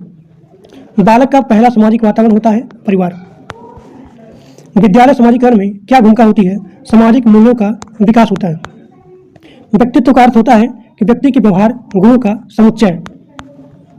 व्यक्तित्व विकास किससे प्रभावित होता है तो आप लिखेंगे वंशानुक्रम और यहाँ पे वातावरण से। बुद्धि का अर्थ होता है समस्या को हल करना। अगर ये क्षमता आपके अंदर आ गया यानी कि आप बुद्धिमान हो, नहीं तो उल्लू हो। बुद्धि परीक्षण किसके द्वारा विकसित किया गया है तो आप लिखेंगे बीने और साइमन। आईक्यू का सूत्र क्या होता है? मानसिक आयु भागा वास्तविक आयु गुणे 100। प्रतिभाशाली का यानी कि प्रतिभाशाली बालक का आईक्यू लेवल होता है 130 से अधिक। व्यक्तिगत भिन्नता का अर्थ होता है हर बालक का अलग होना। व्यक्तिगत भिन्नता का मुख्य कारण होता है वंशानुक्रम और यहाँ पे वातावरण। अधिगम का स्थानांतरण क्या होता है? एक सीख का दूसरे स्थिति में यूज होना। सकारात्मक स्थानांतरण क्या होता है कि पहले सीखी चीज नई सीखने में सहायक हो तो आपको हो गया सकारात्मक, बाधा डाले नकारात्मक, कोई प्रभाव ना पड़े शून्य स्थानांतरण हो गया। सामाजिकरण का अर्थ क्या होता है कि समाज के नियम को और मूल्यों को सीखना। सामाजिकरण का पहला माध्यम क्या होता है? परिवार होता है। शिक्षक का मुख्य भूमिका क्या होता है? मार्गदर्शक देना और सहायक करना। शिक्षक का उद्देश्य होता है यानी कि शिक्षा का मुख्य उद्देश्य होता है सर्वांगीण विकास करना। एक नंबर का क्लास चल रहा है, कसम से बता रहा हूँ, आप पूरे यूट्यूब पे जाओ, 10 घंटा 12 घंटे लोग पढ़ाएंगे लेकिन इतना अच्छा कंटेंट इतने कम समय में कोई भी नहीं देगा। सब टाइम वेस्ट करते हैं। मैं आपको गारंटी देता हूँ इतने कम समय में आप पूरा यूट्यूब छान मारो, पूरा यूट्यूब, इससे बेस्ट कंटेंट इतने कम समय में आपको कोई भी नहीं देगा। ठीक है, तो पूरा विश्वास के साथ यहाँ पढ़ाई करिए। तो शिक्षा का मुख्य उद्देश्य क्या होता है? सर्वांगीण विकास करना। और अधिगम का सबसे प्रभावी तरीका क्या होता है? करके सीखना। कक्षा में अनुशासन बनाए रखने का सर्वोत्तम तरीका क्या होता है? आत्म अनुशासन को बनाए रखना। बालक की जिज्ञासा को क्या करना चाहिए? प्रोत्साहित करना चाहिए। अधिगम का मुख्य तत्व क्या होता है? अनुभव होता है। बालक की रचनात्मक का मुख्य गुण क्या होता है? मौलिकता होता है। सीखने की प्रक्रिया कभी भी समाप्त नहीं होती है। और बालक का भावनात्मक विकास किससे संबंधित है? तो भावनाओं के नियंत्रण से। बालक का सामाजिक व्यवहार किससे प्रभावित करता है? तो आप लिखेंगे परिवार को और समाज को। शिक्षक को कैसा वातावरण बनाए रखना चाहिए? तो आप लिखेंगे प्रेरणादायक वातावरण। अधिगम को स्थायी बनाने का अच्छा तरीका होता है कि आप लगातार प्रैक्टिस करिए, लगातार अभ्यास करिए। बालक की रुचि बढ़ाने के लिए आपको रोचक गतिविधियों का यूज करना चाहिए। शिक्षा का अंतिम लक्ष्य होता है व्यक्तित्व का विकास करना। बालक का विकास किस दिशा में होता है? सिर से पैर की ओर। विकास का क्रम कैसा होता है? क्रमबद्ध होता है, यानी कि एक सिस्टमैटिक तरीके से ही यहाँ पे डेवलपमेंट किया जा सकता है। अधिगम का सबसे बड़ा साधन होता है अनुभव।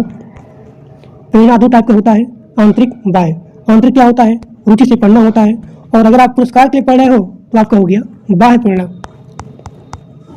एक अच्छे शिक्षक का मुख्य गुण क्या होता है? धैर्य होता है। इसी क्लास में आपका पूरा का पूरा रिवीजन भी हो जा रहा है। बालक की सीखने की गति किस पर निर्भर होती है? तो बुद्धि पर और प्रेरणा पर। शिक्षक का उद्देश्य क्या होता है?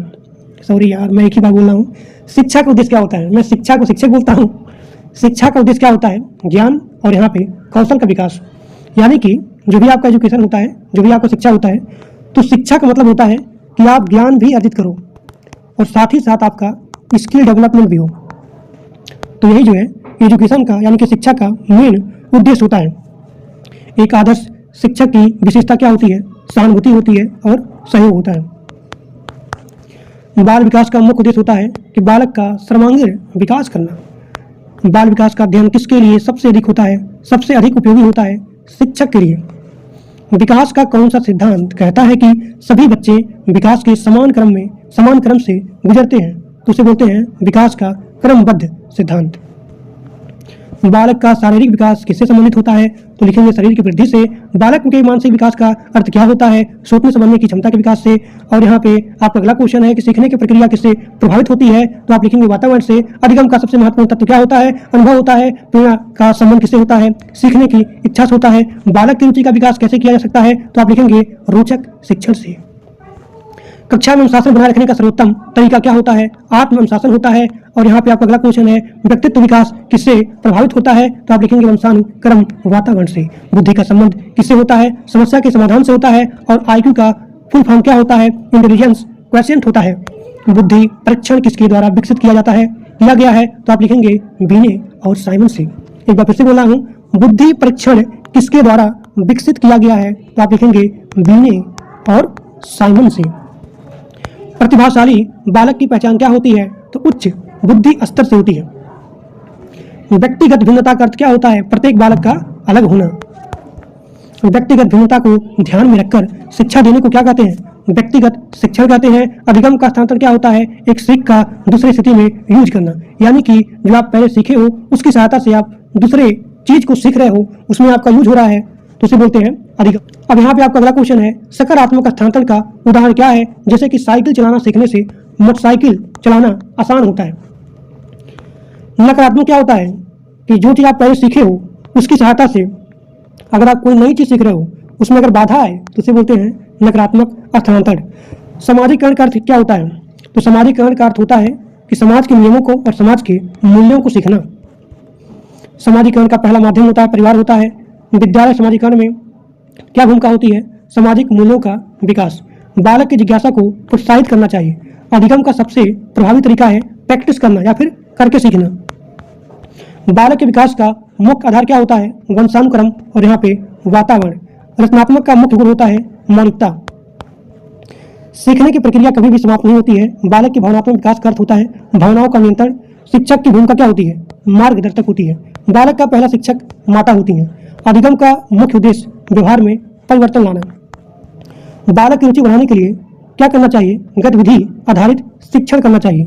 एक अच्छे शिक्षक का मुख्य गुण क्या होता है? धैर्य होता है। एक अच्छे शिक्षक का मुख्य गुण क्या होता है? धैर्य होता है। अब देखिए, बालक के सीखने की गति किस पर निर्भर करती है? बुद्धि पर और प्रेरणा पर। शिक्षक का मुख्य उद्देश्य क्या होता है? व्यक्तित्व का विकास करना। अधिगम का स्थायी किससे बढ़ता है? अभ्यास से बढ़ता है। अब यहाँ पे आपका अगला क्वेश्चन है, प्रेरणा कितने प्रकार की होती है? तो प्रेरणा दो प्रकार की होती है, पहला आंतरिक, दूसरा बाह्य। रुचि से पढ़ना आंतरिक प्रेरणा, पुरस्कार के लिए पढ़ना वो आपको हो गया बाह्य प्रेरणा। बालक के सामाजिक व्यवहार का विकास किससे होता है? समाज से होता है और परिवार से होता है। कक्षा में सीखने का वातावरण कैसा होना चाहिए? प्रेरणादायक होना चाहिए। बालक के विकास की प्रक्रिया कैसे होती है? निरंतर होती है। शिक्षा का अंतिम लक्ष्य क्या होता है? सर्वांगीण विकास करना। बालक के सीखने का मुख्य स्रोत क्या होता है? अनुभव होता है। अब यहाँ पे आपका अगला क्वेश्चन है कि बालक के व्यवहार में परिवर्तन किससे आता है? तो आप लिखेंगे अधिगम से आता है। शिक्षक को बालक के साथ कैसा व्यवहार करना चाहिए? सहानुभूतिपूर्ण। बालक की प्रतिभा को कैसे विकसित किया जा सकता है? तो आप लिखेंगे उचित अवसर देकर के।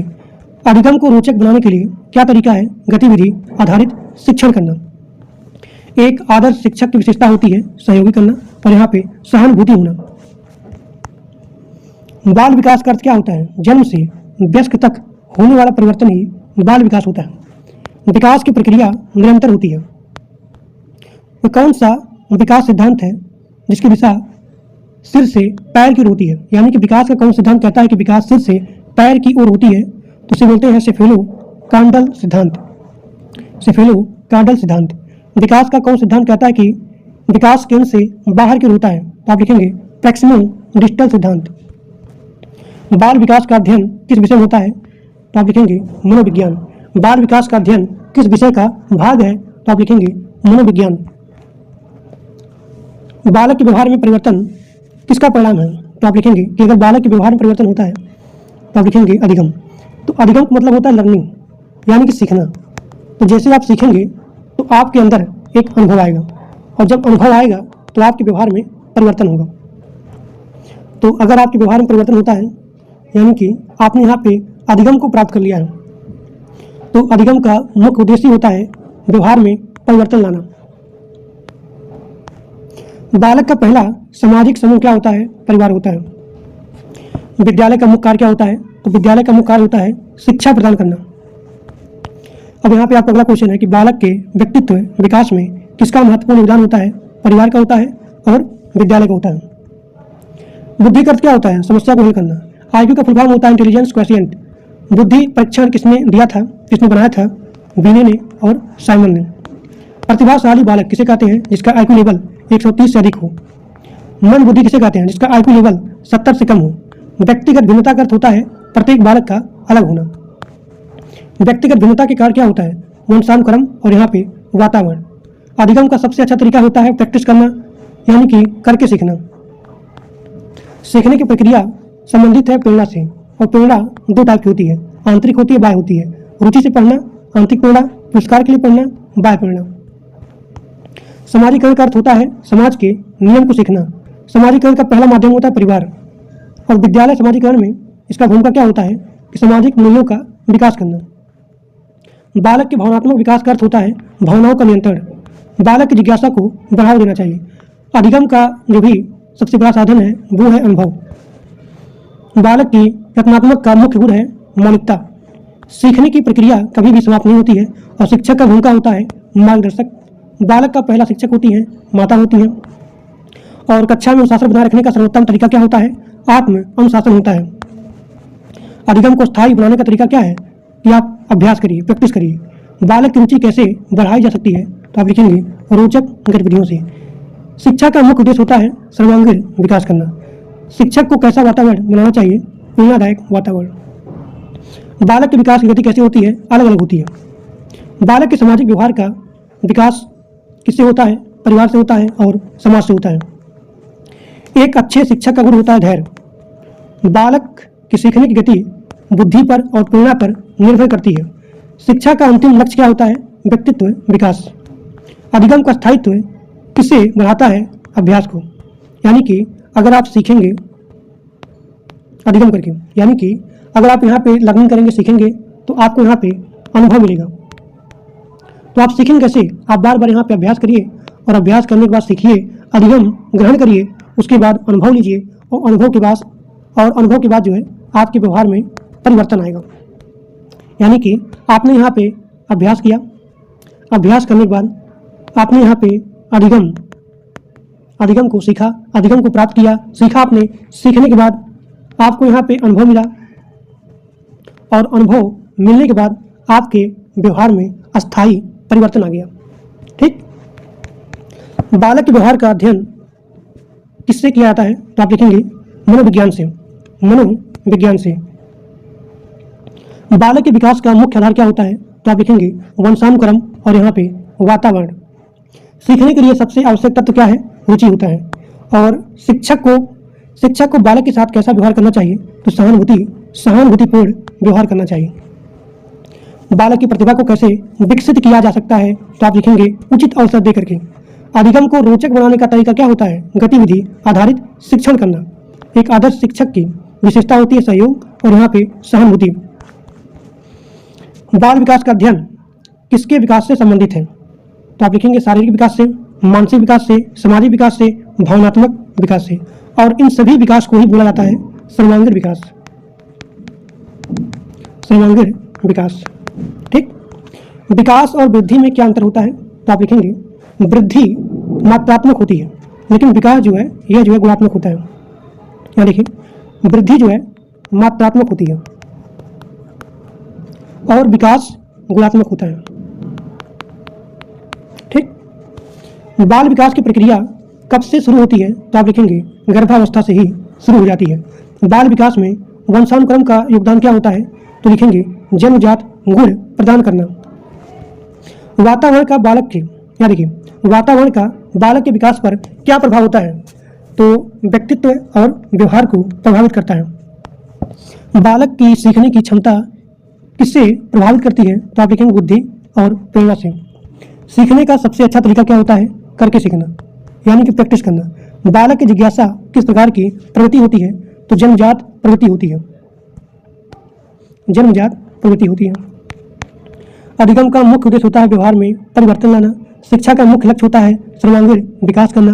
बुद्धि परीक्षण का उद्देश्य होता है मानसिक क्षमता का मापन करना। बीने साइमन, अब यहाँ देखिए ये क्वेश्चन, बीने साइमन बुद्धि परीक्षण किस देश में विकसित हुआ था? अब ये क्वेश्चन बहुत इंपॉर्टेंट है। बीने साइमन जो है, यानी कि बीने साइमन, इन्होंने दिया था बुद्धि परीक्षण, तो किस देश में विकसित हुआ था? तो आप लिखेंगे फ्रांस से। ठीक। प्रतिभाशाली का, जो प्रतिभाशाली बालक होता है उसका आईक्यू लेवल होता है 130 से अधिक। औसत बुद्धि का जो बालक होता है, यानी कि एवरेज स्टूडेंट, तो उसका जो भी आईक्यू लेवल होता है वो होता है 90 से 110, यानी कि समान बुद्धि का बालक। और मंद बुद्धि का बालक होता है 70 से कम। व्यक्तिगत भिन्नता का मुख्य कार्य क्या होता है? वंशानुक्रम और यहाँ पे वातावरण होता है। अधिगम का स्थानांतरण क्या होता है? एक सीख का दूसरी स्थिति में यूज करना। पहले सीखी गई चीज नई सीख में सहायक हो उसे बोलते हैं सकारात्मक स्थानांतरण। अगर बाधा डाले तो नकारात्मक स्थानांतरण, कोई प्रभाव ना पड़े पहले अधिगम का, तो आपको हो गया शून्य स्थानांतरण। समाजीकरण का अर्थ क्या होता है बताइए? समाज के नियमों का और समाज के मूल्यों का स्टडी करना या फिर सीखना, उसे बोलते हैं समाजीकरण। समाजीकरण का पहला माध्यम क्या होता है? तो आप लिखेंगे परिवार होता है। अब देखिए, विद्यालय समाजीकरण में क्या भूमिका होती है? तो सामाजिक मूल्यों का विकास होता है।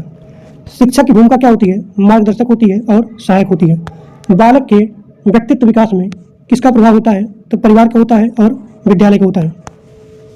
अधिगम को स्थायी बनाने का सर्वोत्तम तरीका क्या होता है? अभ्यास होता है। बालक की रुचि कैसे विकसित की जा सकती है? तो रोचक शिक्षण से। बालक की रुचि कैसे विकसित की जा सकती है? तो आप लिखेंगे रोचक शिक्षण से। प्रेरणा का मुख्य उद्देश्य क्या होता है? सीखने के लिए उत्साह को उत्पन्न करना। प्रेरणा जो है दो टाइप की होती है, एक होती है आंतरिक और एक होता है बाह्य। रुचि से पढ़ना आंतरिक हो गया और पुरस्कार के लिए पढ़ना बाह्य हो गया। बालक के भावनात्मक विकास का अर्थ क्या होता है? भावनाओं को नियंत्रण करना। और बालक की रचनात्मक का मुख्य गुण होता है मौलिकता होता है। सीखने की प्रक्रिया कभी भी समाप्त नहीं होती है। बालक का पहला शिक्षक होती है माता होती है। एक अच्छे शिक्षक का मुख्य गुण होता है धैर्य होता है। कक्षा में अनुशासन बनाए रखने के लिए आत्म अनुशासन यही सबसे अच्छा तरीका होता है। बालक की विकास की गति कैसी होती है? अलग अलग होती है। बालक की सीखने की गति किस पर निर्भर करती है? बुद्धि पर और प्रेरणा पर। अधिगम का मुख्य साधन अनुभव होता है। शिक्षक को कक्षा में कैसा वातावरण बनाए रखना चाहिए? तो प्रेरणादायक वातावरण बनाए रखना चाहिए। बालक के सामाजिक व्यवहार का विकास परिवार से होता है और समाज से होता है। शिक्षा का अंतिम उद्देश्य होता है व्यक्तित्व विकास। बालक के व्यवहार में परिवर्तन किससे आता है? अधिगम से आता है। बालक की प्रतिभा को कैसे विकसित किया जा सकता है? तो उचित अवसर देकर के। अधिगम को रोचक बनाने के लिए गतिविधि आधारित शिक्षण का तरीका अपनाना चाहिए। शिक्षक को बालक के साथ कैसा व्यवहार करना चाहिए? तो आप लिखेंगे सहानुभूतिपूर्ण। बालक के विकास का मुख्य आधार क्या होता है? वंशानुक्रम और यहाँ पे वातावरण। सीखने के लिए सबसे आवश्यक तत्व होता है रुचि होता है। एक आदर्श शिक्षक की विशेषता होती है सहयोग और यहाँ पे सहानुभूति। बाल विकास किस प्रकार की होती है? निरंतर होती है और क्रमबद्ध होती है। विकास और अधिगम में संबंध होता है कि विकास अधिगम को प्रभावित करता है। विकास का बालक का विकास यहाँ देखिए, बालक का विकास किन मुख्य क्षेत्रों में होता है? तो आप लिखेंगे बालक का विकास होता है यानी कि शारीरिक, मानसिक, सामाजिक और यहाँ पे भावनात्मक। तो इसी को ही बोला जाता है सर्वांगीण विकास। सर्वांगीण विकास, सर्वांगीण विकास का मतलब होता है कि बालक का सामाजिक विकास होना, मानसिक विकास होना, सामाजिक विकास होना और यहाँ पे भावनात्मक। तो शारीरिक, मानसिक, सामाजिक, भावनात्मक, इसी को ही सर्वांगीण विकास कहा जाता है। विकास का भी सिद्धांत है कि जो विकास है वो सिर से पैर की तरफ होती है। तो इस सिद्धांत को बोलते हैं सेफेलो कार्डल सिद्धांत। विकास का कौन सा सिद्धांत कहता है कि विकास केंद्र से बाहर की ओर होता है? तो आप लिखेंगे प्रैक्सिमो डिजिटल सिद्धांत। बालक का मानसिक विकास किससे संबंधित होता है? तो आप लिखेंगे सोचने और समझने की क्षमता से। अधिगम का मुख्य उद्देश्य होता है व्यवहार में परिवर्तन आना। और बालक का पहला सामाजिक वातावरण होता है परिवार होता है। विद्यालय समाजीकरण में क्या भूमिका निभाता है? तो आप लिखेंगे सामाजिक मूल्यों का विकास। व्यक्तित्व का अर्थ क्या होता है? व्यक्ति के गुणों और व्यवहार का समुच्चय। व्यक्तित्व विकास किन कारकों को प्रभावित करता है? तो आप लिखेंगे वंशानुक्रम और वातावरण। बुद्धि का अर्थ होता है समस्या को हल करने की क्षमता। आईक्यू का फुल फॉर्म होता है इंटेलिजेंस क्वोशिएंट। बुद्धि परीक्षण दिया था बीने और साइमन ने। जिसका आईक्यू लेवल 130 से अधिक होगा प्रतिभाशाली। व्यक्तिगत भिन्नता का अर्थ होता है प्रत्येक बालक का अलग होना। व्यक्तिगत भिन्नता का मुख्य कारण होता है वंशानुक्रम और वातावरण।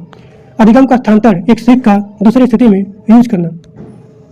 पहले सीखी गई चीज नए सीखने में अगर सहायक हो तो उसे बोलते हैं सकारात्मक। अगर पहले सीखी गई चीज नई सीखने में बाधा डालती हो उसे बोलते हैं नकारात्मक स्थानांतरण। शून्य स्थानांतरण क्या होता है कि पहले सीखी गई चीज का कोई भी प्रभाव ना पड़े किसी दूसरे चीज को सीखने में। सामाजिकरण का अर्थ होता है समाज के नियमों और मूल्यों को सीखना। सामाजिकरण का पहला माध्यम होता है परिवार। बालक की जिज्ञासा को बढ़ावा देना चाहिए, प्रोत्साहित करना चाहिए। अधिगम का सबसे प्रभावी साधन होता है अनुभव होता है। बालक की रचनात्मक का मुख्य गुण होता है मौलिकता। सीखने की प्रक्रिया कभी भी समाप्त नहीं होती है। बालक का भावनात्मक विकास संबंधित होता है भावनाओं के नियंत्रण से। शिक्षक की भूमिका क्या है? तो आप लिखेंगे मार्गदर्शक। बालक का पहला शिक्षक होता है माता। कक्षा में अनुशासन बनाए रखने का सर्वोत्तम तरीका होता है आत्म अनुशासन। अधिगम को स्थायी बनाने का सर्वोत्तम तरीका होता है लगातार प्रैक्टिस करना, अभ्यास करना। बालक की रुचि कैसे बढ़ाई जा सकती है? रोचक गतिविधियों द्वारा। शिक्षक का मुख्य उद्देश्य होता है सर्वांगीण विकास करना। शिक्षक को कैसा वातावरण बनाए रखना चाहिए? प्रेरणादायक। बालक के विकास की गति कैसे होती है? अलग अलग होती है। बालक के सामाजिक व्यवहार का विकास किससे होता है? परिवार से होता है और समाज से होता है। एक अच्छे शिक्षक का मुख्य गुण होता है धैर्य। बालक की सीखने की गति किस पर निर्भर करती है? तो बुद्धि पर और प्रेरणा पर। अधिगम का मुख्य साधन है अनुभव। शिक्षा का अंतिम उद्देश्य होता है व्यक्तित्व का विकास करना। बालक के व्यवहार में परिवर्तन किससे आता है? तो अधिगम से। अब यहाँ पे आपका अगला क्वेश्चन है कि बालक की प्रतिभा को कैसे विकसित किया जा सकता है? तो आप लिखेंगे उचित अवसर दे करके। अधिगम को रोचक बनाने का सबसे अच्छा तरीका होता है गतिविधि आधारित शिक्षण देना। और शिक्षक को बालक के साथ कैसा व्यवहार करना चाहिए? सहानुभूतिपूर्ण व्यवहार करना चाहिए। बालक के विकास का मुख्य आधार क्या होता है? वंशानुक्रम और यहाँ पे वातावरण होता है। सीखने के लिए सबसे आवश्यक तत्व है रुचि। प्रेरणा का मुख्य उद्देश्य क्या होता है? तो आप लिखेंगे सीखने के लिए उत्साह को उत्पन्न करना। बालक के सामाजिक विकास का मुख्य साधन क्या होता है? सामाजिक संपर्क। एक आदर्श शिक्षक की विशेषता क्या होती है? तो सहयोग होती है और यहाँ पे सहानुभूति होती है। बाल विकास का मुख्य उद्देश्य क्या होता है? बालक का सर्वांगीण विकास करना। विकास किस प्रकार किया जा सकता है? यानी कि विकास जो है किस प्रकार का प्रक्रिया है? तो आप लिखेंगे निरंतर प्रक्रिया है। बाल विकास में सबसे महत्वपूर्ण भूमिका किसकी होती है? परिवार की होती है। विकास का कौन सिद्धांत कहता है कि विकास सिर से पैर की ओर होती है? तो आप लिखेंगे सफेलो काडल सिद्धांत। और विकास का कौन सिद्धांत कहता है कि विकास केंद्र से बाहर की ओर होता है? तो आप लिखेंगे प्रैक्सिमो डिस्टल सिद्धांत। अधिगम का अर्थ होता है व्यवहार में परिवर्तन। बालक के सीखने की प्रक्रिया प्रभावित करती है वातावरण से। अधिगम को स्थायी बनाने के लिए आपको लगातार अभ्यास करना चाहिए। बालक का पहला सामाजिक समूह होता है परिवार। सामाजिकरण का उद्देश्य होता है सामाजिक मूल्यों का विकास करना। व्यक्तित्व का अर्थ होता है व्यक्ति के गुणों और व्यवहार का समुच्चय। व्यक्तित्व विकास किन कारकों से प्रभावित होता है? वंशानुक्रम और यहाँ पे वातावरण। बुद्धि का अर्थ होता है समस्या समाधान की क्षमता। समस्या समाधान की क्षमता IQ का फुल फॉर्म होता है इंटेलिजेंस क्वोशिएंट। बुद्धि परीक्षण किसने दिया था? तो बी ने साइमन दिया था। प्रतिभाशाली बालक का IQ लेवल 130 से अधिक होता है। अवसर बुद्धि का IQ लेवल 90 से 110 होता है। व्यक्तिगत भिन्नता का अर्थ होता है प्रत्येक बालक का अलग होना। व्यक्तिगत भिन्नता के मुख्य कारण होते हैं वंशानुक्रम और यहाँ पे वातावरण। अधिगम का हस्तांतरण होता है एक सीख का दूसरे में यूज करना। अगर पहले सीखी गई चीज दूसरे में सहायक हो उसे बोलते हैं सहायक हस्तांतरण। अगर बाधा डाले नकारात्मक हस्तांतरण।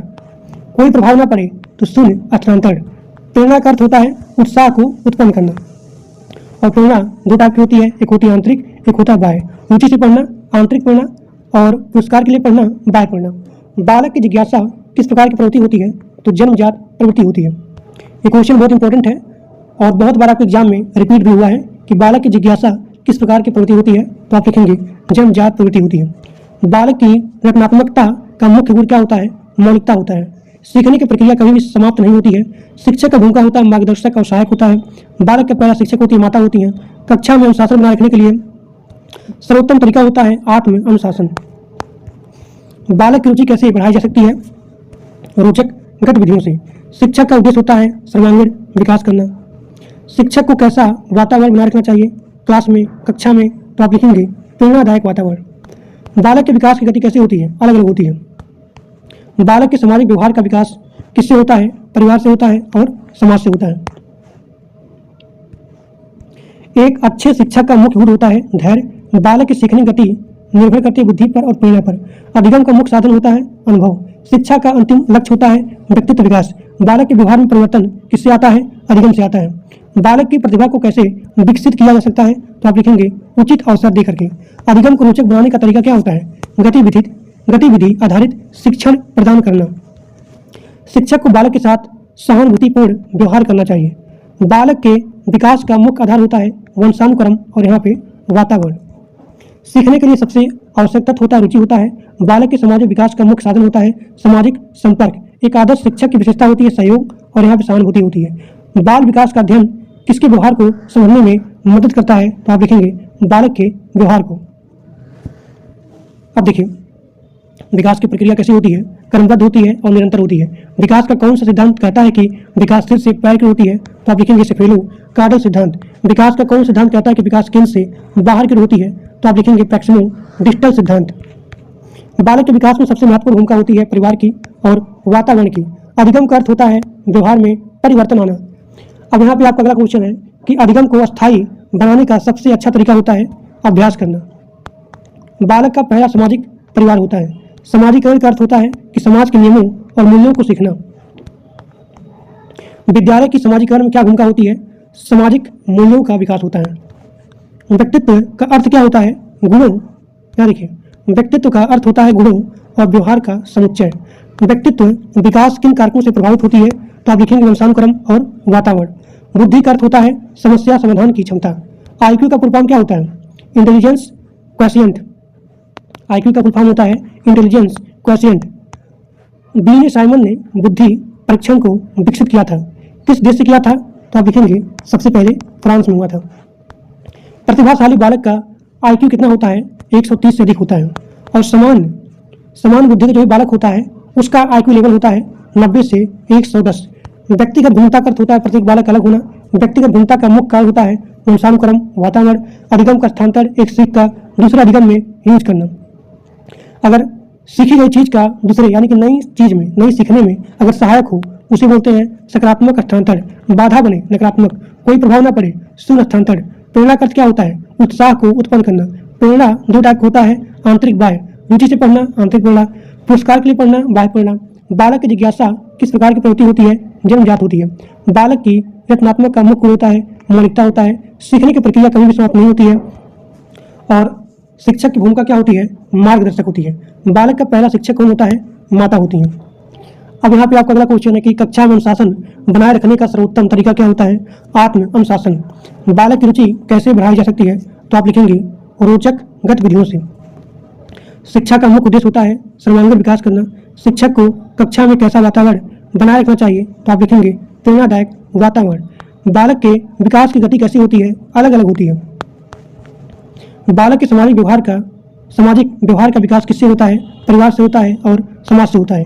एक अच्छे शिक्षक का मुख्य गुण होता है धैर्य रखना। और बालक के सीखने की गति निर्भर करती है बुद्धि पर और प्रेरणा पर। अधिगम का मुख्य साधन है अनुभव। और शिक्षा का अंतिम लक्ष्य होता है व्यक्तित्व विकास करना।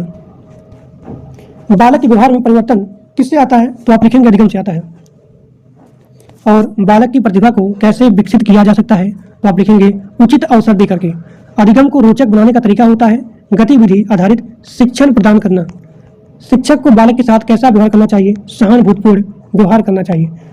बालक के विकास का मुख्य आधार होता है वंशानुक्रम और वातावरण। सीखने के लिए सबसे आवश्यक तत्व होता है रुचि होता है। बालक के सामाजिक विकास का मुख्य साधन होता है सामाजिक संपर्क। एक आदर्श शिक्षक की विशेषता होती है सहयोग और सहानुभूति। बाल विकास का अध्ययन किसके व्यवहार को समझने में सहायक होता है? तो आप लिखेंगे बालक के व्यवहार को। ठीक है।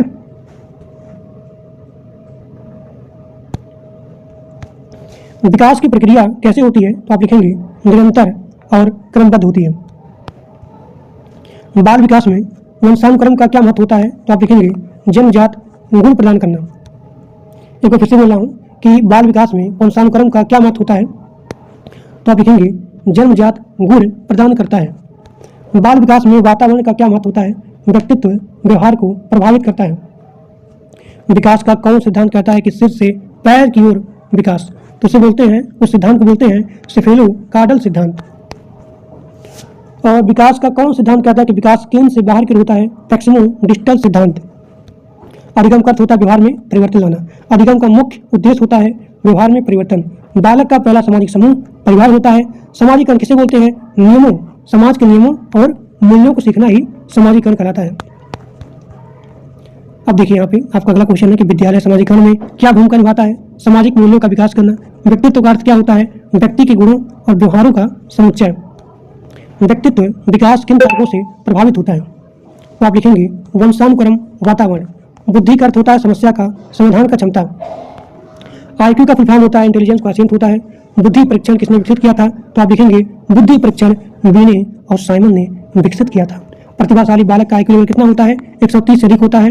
और एवरेज स्टूडेंट का जो भी आईक्यू लेवल होता है वो 90 से 110 होता है। व्यक्तिगत भिन्नता का अर्थ क्या होता है? प्रत्येक बालक अलग होना। और व्यक्तिगत भिन्नता का मुख्य कारण होता है वंशानुक्रम, वातावरण होता है। अधिगम का स्थानांतर क्या होता है? एक सीख का दूसरे सीख में यूज करना। अगर एक सीख नई चीज सीखने में सहायक होती है उसे सकारात्मक हस्तांतरण बोलते हैं। बाधा डाले नकारात्मक, कोई प्रभाव न पड़े शून्य हस्तांतरण। प्रेरणा का अर्थ होता है उत्साह उत्पन्न करना, सीखने के लिए उत्साह उत्पन्न करना। और प्रेरणा जो है दो टाइप की होती है, पहला हो गया आंतरिक और बाह्य हो गया। आंतरिक में रुचि से पढ़ना एग्जाम्पल, बाह्य में जैसे कि पुरस्कार के लिए पढ़ना, दंड की भय से पढ़ना। बालक की जिज्ञासा किस प्रकार की प्रवृत्ति होती है? जन्मजात होती है। बालक की रचनात्मक का मुख्य गुण होता है मौलिकता होता है। सीखने की प्रक्रिया कभी भी समाप्त नहीं होती है। शिक्षक की भूमिका मार्गदर्शक होती है। बालक की पहली शिक्षक माता होती हैं। कक्षा में अनुशासन बनाए रखने का सबसे अच्छा तरीका होता है आत्म अनुशासन। बालक की रुचि बढ़ाई जा सकती है रोचक गतिविधियों से। शिक्षक का मुख्य उद्देश्य होता है सर्वांगीण विकास करना। शिक्षक को कक्षा में प्रेरणादायक वातावरण बनाए रखना चाहिए। बालक के विकास की गति कैसी होती है? अलग अलग होती है। बालक के सामाजिक व्यवहार का विकास किससे होता है? समाज से होता है, परिवार से होता है। एक अच्छे शिक्षक का मुख्य गुण होता है धैर्य। बालक के सीखने की गति कैसी होती है? बुद्धि और प्रयास होती है। अधिगम का मुख्य साधन होता है अनुभव। शिक्षा का अंतिम लक्ष्य होता है व्यक्तित्व विकास। बालक के व्यवहार में परिवर्तन किससे आता है? अधिगम से आता है। बालक की प्रतिभा को कैसे विकसित किया जा सकता है? तो आप लिखेंगे उचित अवसर देकर के। उचित अवसर देकर के। अधिगम को रोचक बनाने का तरीका क्या होता है? गतिविधि आधारित शिक्षण होता है। शिक्षक को बालक के साथ कैसा व्यवहार करना चाहिए? सहानुभूतिपूर्ण व्यवहार करना चाहिए। बालक के विकास का मुख्य आधार क्या होता है? वंशानुक्रम और वातावरण होता है। सीखने के लिए सबसे आवश्यक तत्व होता है रुचि होता है। एक आदर्श शिक्षक की विशेषता होता है सहयोग सहानुभूति होता है। बालक विकास का मुख्य उद्देश्य होता है कि बालक का सर्वांगीण विकास करना। विकास की प्रक्रिया कब से शुरू होती है? गर्भावस्था से ही। बाल विकास में सबसे महत्वपूर्ण अवधि कौन सी होती है? प्रारंभिक बाल्यावस्था। शिक्षा मनोविज्ञान का मुख्य उद्देश्य क्या होता है? शिक्षा प्रक्रिया को प्रभावी बनाना। बालक के व्यवहार को समझने के लिए किसका अध्ययन आवश्यक होता है? तो आप लिखेंगे मनोविज्ञान।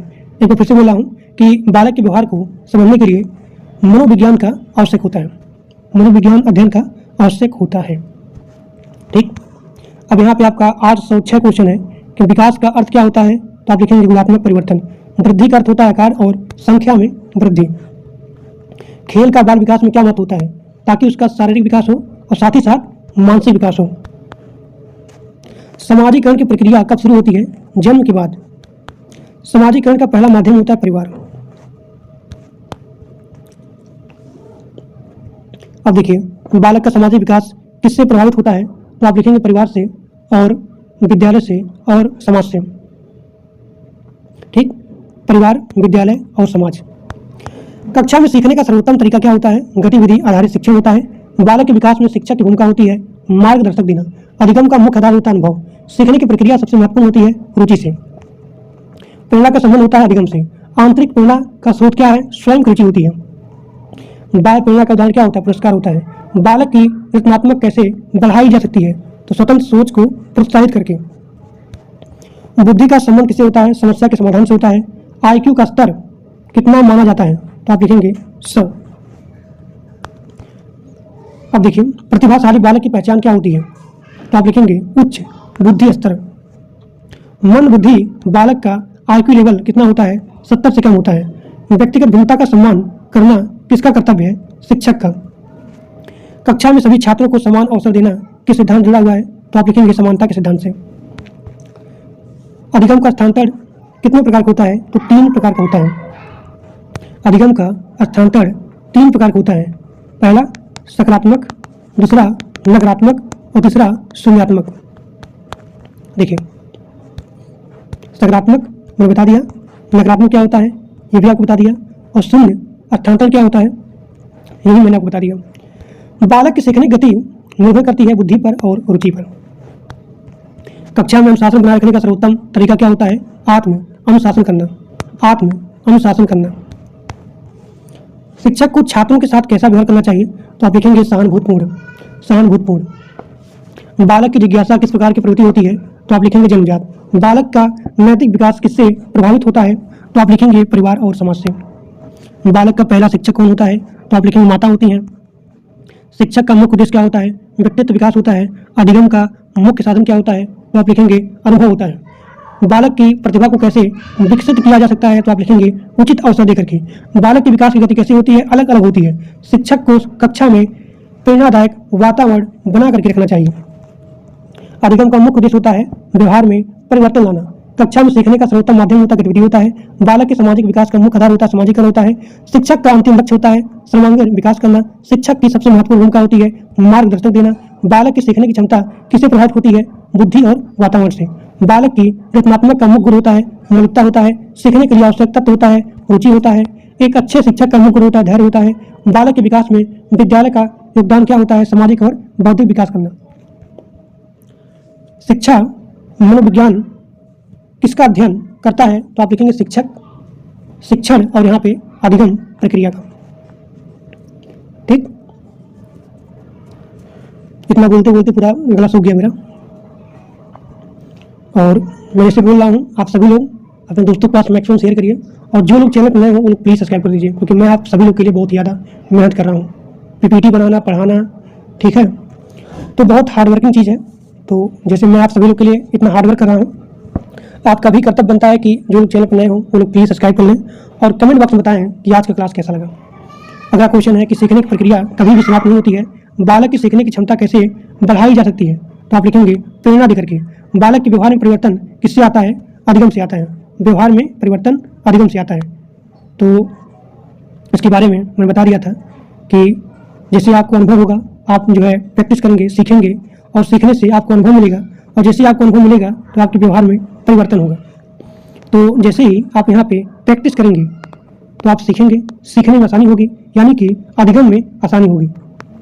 तो जैसे ही आपको यहाँ पे अधिगम मिलेगा, यानी कि आपको यहाँ पे अनुभव मिलेगा, और जब अनुभव मिलेगा यानी कि आपके व्यवहार में परिवर्तन आएगा। तो बालक के व्यवहार में परिवर्तन किससे आता है? अधिगम से आता है। शिक्षक का मुख्य कार्य क्या होता है? शिक्षण होता है। बालक की रुचि रोचक गतिविधियों से बढ़ाई जा सकती है। बालक के विकास का मुख्य आधार होता है वंशानुक्रम और वातावरण होता है। बालक के मानसिक विकास में सहायक होता है शिक्षा होता है। अधिगम का मुख्य परिणाम होता है व्यवहार परिवर्तन होता है। शिक्षक को छात्रों के साथ मित्रवत संबंध रखना चाहिए। शिक्षा का उद्देश्य होता है व्यक्तित्व विकास। बालक की सीखने की क्षमता प्रभावित करती है प्रेरणा को, और अधिगम का मुख्य आधार होता है अनुभव होता है। बालक की प्रतिभा को कैसे बढ़ाया जा सकता है? तो आप लिखेंगे प्रोत्साहन देकर के। शिक्षक का मुख्य गुण होता है सहानुभूति, यानी कि शिक्षक का मुख्य गुण सहानुभूतिपूर्ण होना चाहिए। अगला क्वेश्चन, बालक का पहला सामाजिक वातावरण क्या होता है? परिवार होता है। बालक के सामाजिक विकास का मुख्य माध्यम क्या होता है? समाज होता है सीखने के लिए, क्योंकि यहाँ दिया गया है कि बालक के सामाजिक विकास का मुख्य माध्यम क्या होता है? तो आप लिखेंगे समाज होता है। सीखने के लिए सबसे महत्वपूर्ण तत्व क्या है? तो आप लिखेंगे रुचि होता है। बालक के व्यवहार का अध्ययन किससे किया जा सकता है? तो आप लिखेंगे मनोविज्ञान से। शिक्षा का मुख्य लक्ष्य होता है सर्वांगीण विकास। बालक के विकास की गति अलग अलग होती है। बालक के मानसिक विकास में सहायक होती शिक्षा होती है। शिक्षक को कक्षा में प्रेरित करना चाहिए। बालक की सीखने की क्षमता प्रभावित करती है वातावरण को। बालक की जिज्ञासा का क्या महत्व होता है? सीखने में सहायक। अब देखिए, यहाँ पे आपका अगला क्वेश्चन है कि अधिगम का मुख्य उद्देश्य क्या होता है? तो आप लिखेंगे व्यवहार में परिवर्तन लाना। बालक का पहला शिक्षक होती है माता होती है। शिक्षक का मुख्य कार्य होता है मार्गदर्शक होता है। बालक की प्रतिभा कैसे विकसित होती है? अभ्यास से। शिक्षक का मुख्य उद्देश्य होता है सर्वांगीण विकास करना। सीखने का मुख्य आधार होता है अनुभव। बालक के विकास का मुख्य आधार होता है वंशानुक्रम और यहाँ पे वातावरण। शिक्षक का मुख्य गुण होता है धैर्य होता है। बालक की सीखने की गति अलग अलग होती है। अब यहाँ पे आपका अगला क्वेश्चन है कि शिक्षा का मुख्य लक्ष्य क्या होता है? तो आप लिखेंगे व्यक्तित्व विकास। बालक की प्रतिभा का विकास कैसे होता है? अवसर देकर के। जितना आप उसको अवसर दोगे उतना ही उसके प्रतिभा का विकास होगा। अधिगम का मुख्य उद्देश्य होता है व्यवहार में परिवर्तन लाना। बालक की रुचि कैसे बढ़ाई जा सकती है? तो आप लिखेंगे रोचक गतिविधियों से। शिक्षक का मुख्य कार्य क्या होता है? शिक्षण होता है। बालक का विकास में परिवार का महत्व होता है आधार प्रदान करना। शिक्षा का मुख्य उद्देश्य होता है सर्वांगीण विकास करना। अधिगम का मुख्य परिणाम होता है व्यवहार परिवर्तन। और बालक की सीखने की क्षमता किससे बढ़ती है? तो आप लिखेंगे प्रेरणा से। बालक के विकास का मुख्य कारक होता है वातावरण। अब यहाँ पे आपका अगला क्वेश्चन है कि बालक की प्रतिभा को कैसे बढ़ाया जा सकता है? तो आप लिखेंगे अवसर देकर के या फिर प्रोत्साहन देकर के। शिक्षक का मुख्य कार्य होता है मार्गदर्शक देना या फिर मार्गदर्शन। सीखने की प्रक्रिया कभी भी समाप्त नहीं होती है। शिक्षा का अंतिम लक्ष्य होता है व्यक्तित्व विकास। बालक की जिज्ञासा किसमें सहायक होता है? तो आप लिखेंगे अधिगम में। बालक के विकास का मुख्य उद्देश्य होता है सर्वांगीण विकास करना। बाल विकास किसका अध्ययन होता है? तो आप लिखेंगे बाल विकास में बालक के शारीरिक, मानसिक, सामाजिक का विकास, इसे बोलते हैं सर्वांगीण विकास। और इसी में एक होता है भावनात्मक विकास। विकास की प्रक्रिया निरंतर होती है। बालक का सामाजिक विकास कहाँ शुरू होता है? तो आप लिखेंगे परिवार से, फैमिली से। ठीक है।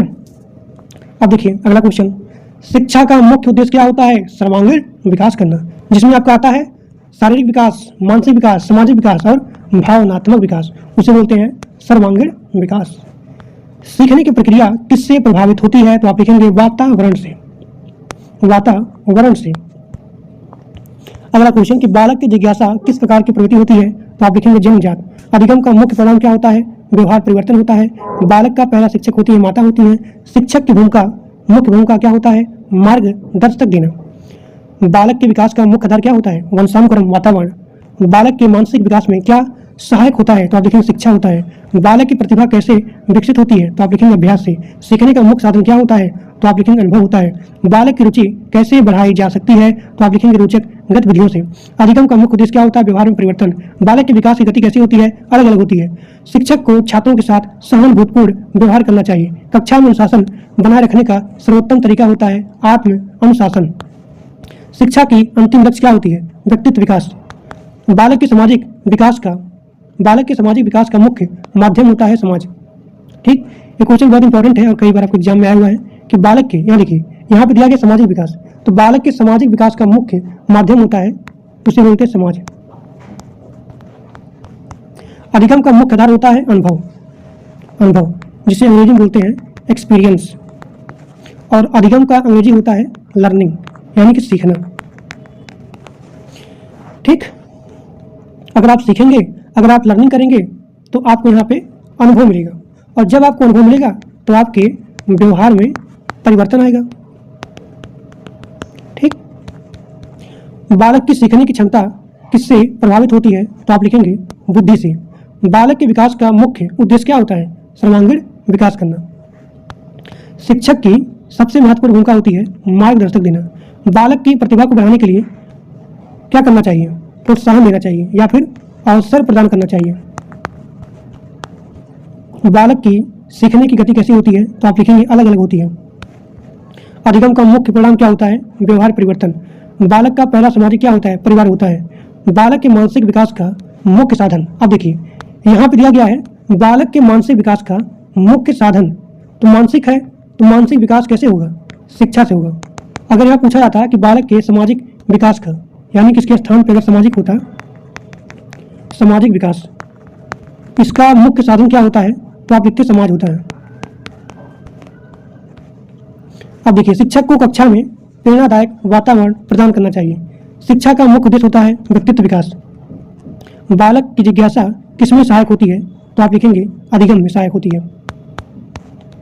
बालक की प्रतिभा को कैसे विकसित किया जा सकता है, तो आप लिखेंगे अवसर देकर के या फिर प्रोत्साहन देकर के। अब देखिए अधिगम का मुख्य उद्देश्य क्या होता है, तो आप लिखेंगे व्यवहार में परिवर्तन। शिक्षक का मुख्य कार्य क्या होता है, शिक्षण होता है। बालक के विकास का मुख्य आधार क्या होता है, वंशानुक्रम और यहाँ पे वातावरण होता है। बालक की रुचि कैसे बढ़ाई जा सकती है, तो आप लिखेंगे गतिविधियों से। अगला क्वेश्चन, बालक की सीखने की क्षमता किससे बढ़ती है, तो आप लिखेंगे प्रेरणा से। बालक के सामाजिक विकास का, अब देखिए बालक के सामाजिक विकास का मुख्य माध्यम क्या होता है, समाज होता है। शिक्षा का अंतिम लक्ष्य होता है सर्वांगीण विकास करना। सीखने की प्रक्रिया कभी भी समाप्त नहीं होती है। शिक्षक का मुख्य गुण होता है धैर्य होता है। बालक के विकास में परिवार का क्या महत्व होता है, आधार प्रदान करना। अधिगम का मुख्य आधार होता है अनुभव। बालक की प्रतिभा कैसे बढ़ती है, अभ्यास से। शिक्षक का मुख्य कार्य होता है मार्गदर्शक देना।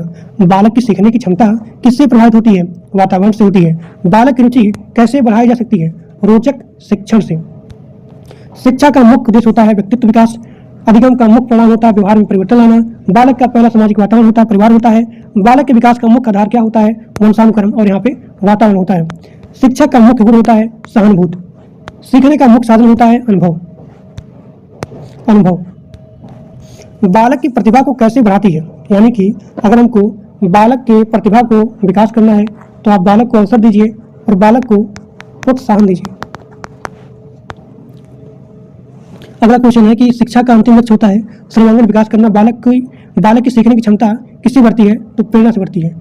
शिक्षक का मुख्य कार्य होता है शिक्षण होता है। बालक की जिज्ञासा किसमें सहायक है, तो आप लिखेंगे अधिगम में।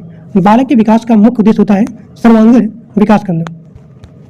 बालक के विकास की गति कैसी होती है, तो आप लिखेंगे अलग अलग होती है। शिक्षक को छात्रों के साथ कैसा व्यवहार करना चाहिए, तो आप लिखेंगे मित्रवत। शिक्षक को छात्रों के साथ मित्रवत यानी कि पूरा फ्रेंडली बिहेवियर करना चाहिए। अधिगम का मुख्य आधार होता है अनुभव। बालक की प्रतिभा कैसे विकसित होती है, अभ्यास से। शिक्षक का मुख्य उद्देश्य होता है व्यक्तित्व विकास। बालक की सीखने की क्षमता संबंधित होती है वातावरण से। अब यहाँ पे आपका अगला क्वेश्चन है कि शिक्षक की मुख्य भूमिका क्या होती है, तो आप लिखेंगे मार्गदर्शक। अधिगम का मुख्य परिणाम क्या होता है, तो आप लिखेंगे व्यवहार परिवर्तन होता है। बालक की जिज्ञासा किसमें सहायक होती है, तो आप लिखेंगे अधिगम में। बालक के विकास का मुख्य आधार क्या होता है, तो आप लिखेंगे वंशानुक्रम और यहाँ पे वातावरण होता है। अब यहाँ पे आपका अगला क्वेश्चन है कि बालक का पहला शिक्षक कौन होती है, माता होती है। बालक की प्रतिभा कैसे बढ़ती है, प्रोत्साहन से बढ़ती है और अवसर प्रदान करके भी बढ़ती है। अधिगम का मुख्य साधन होता है अनुभव होता है। शिक्षक का मुख्य कार्य होता है शिक्षण होता है। शिक्षा का अंतिम लक्ष्य होता है व्यक्तित्व विकास होता है। बालक के विकास की गति अलग अलग होती है।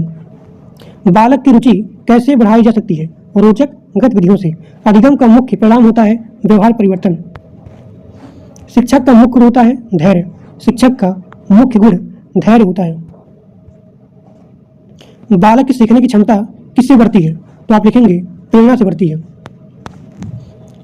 शिक्षा का मुख्य उद्देश्य होता है सर्वांगीण विकास करना। बालक के सामाजिक विकास का मुख्य माध्यम होता है समाज। शिक्षक की भूमिका क्या होती है, मार्गदर्शक होती है।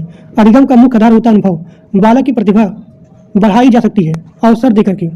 बालक के विकास का मुख्य आधार होता है वंशानुक्रम और वातावरण। शिक्षक का मुख्य गुण होता है सहानुभूत। शिक्षक की सीखने की प्रक्रिया कभी भी समाप्त नहीं होती है। बालक की जिज्ञासा किसमें सहायक होती है, अधिगम में। शिक्षा का अंतिम लक्ष्य होता है व्यक्तित्व का विकास। बालक के विकास का मुख्य उद्देश्य होता है सर्वांगीण विकास। क्लास कैसा लगा सभी लोग कमेंट बॉक्स में जरूर बताइएगा। बालक की सीखने की क्षमता किससे बढ़ती है, तो जब भी पूछा जाए कि बालक के सीखने की क्षमता, तो आप लिखेंगे प्रेरणा से बढ़ती है। और प्रेरणा दो टाइप की होती है, एक होती है आंतरिक और एक होता है बाह्य। अधिगम का मुख्य आधार होता है अनुभव। अधिगम का जो मुख्य आधार होता है वो होता है अनुभव। शिक्षक की मुख्य भूमिका होती है मार्गदर्शन। बालक का पहला सामाजिक समूह परिवार होता है। बालक की प्रतिभा कैसे विकसित की जा सकती है, तो आप लिखेंगे अभ्यास से। शिक्षा का मुख्य उद्देश्य होता है व्यक्तित्व विकास। अधिगम का मुख्य परिणाम होता है व्यवहार परिवर्तन। 999 क्वेश्चन है, बालक की जिज्ञासा किसमें सहायक होती है, तो आप लिखेंगे अधिगम में। शिक्षा का अंतिम लक्ष्य होता है, तो आप लिखेंगे सर्वांगीण विकास में। तो आज आपका पूरा कंप्लीट सीडीपी 1000 क्वेश्चन पूरा का पूरा यहाँ पे कंप्लीट हो गया। तो जिन लोग को यूपी टेट सीडीपी का संपूर्ण नोट चाहिए, तो मात्र आपको 99 रुपया में पूरा सीडीपी पूरा हिंदी यानी कि यूपी टेट का संपूर्ण सब्जेक्ट आपको मात्र 99 रुपया में मिल जाएगा। और यहाँ पे सबसे खासियत बात क्या है कि आपको सभी सब्जेक्ट का 1000 क्वेश्चन मिलेगा। बस इतना ही पढ़ना है, इससे ज़्यादा पढ़ने की आपको आवश्यकता नहीं है। इतना पढ़ लिए and that's are enough for your exam. और जिन लोग को नोट्स चाहिए मात्र 99 रुपया में संपूर्ण नोट्स, इस नंबर पे आपको गूगल पेमेंट करना है। पेमेंट करने के बाद इसी के व्हाट्सएप पर इस पेमेंट का स्क्रीनशॉट भेजना है और आपको लिखना है कि हमको यूपी टेट का नोट्स चाहिए। तो आपको वहाँ पे मात्र 99 रुपया में संपूर्ण नोट्स मिल जाएगा। और ये क्लास जो है, जितने सारे टीचर हैं या फिर जो बच्चे हैं जो इधर उधर भटकना नहीं चाहते हैं, 12-12 घंटे का 10 घंटे का पूरा 24 घंटे का मैराथन देखना नहीं चाहते हैं, परेशान नहीं होना चाहते हैं, तो उनके लिए ये क्लास बहुत ही ज़्यादा इंपॉर्टेंट है। मैंने बहुत ही मेहनत किया है तब इस पीपीटी को मैंने तैयार किया है। इसी प्रकार से सभी सब्जेक्ट हैं, सभी सब्जेक्ट के 1000 क्वेश्चन हैं और मात्र आपको 99 रुपया में संपूर्ण नोट्स मिल जाएगा। तो आज के लिए बस इतना ही।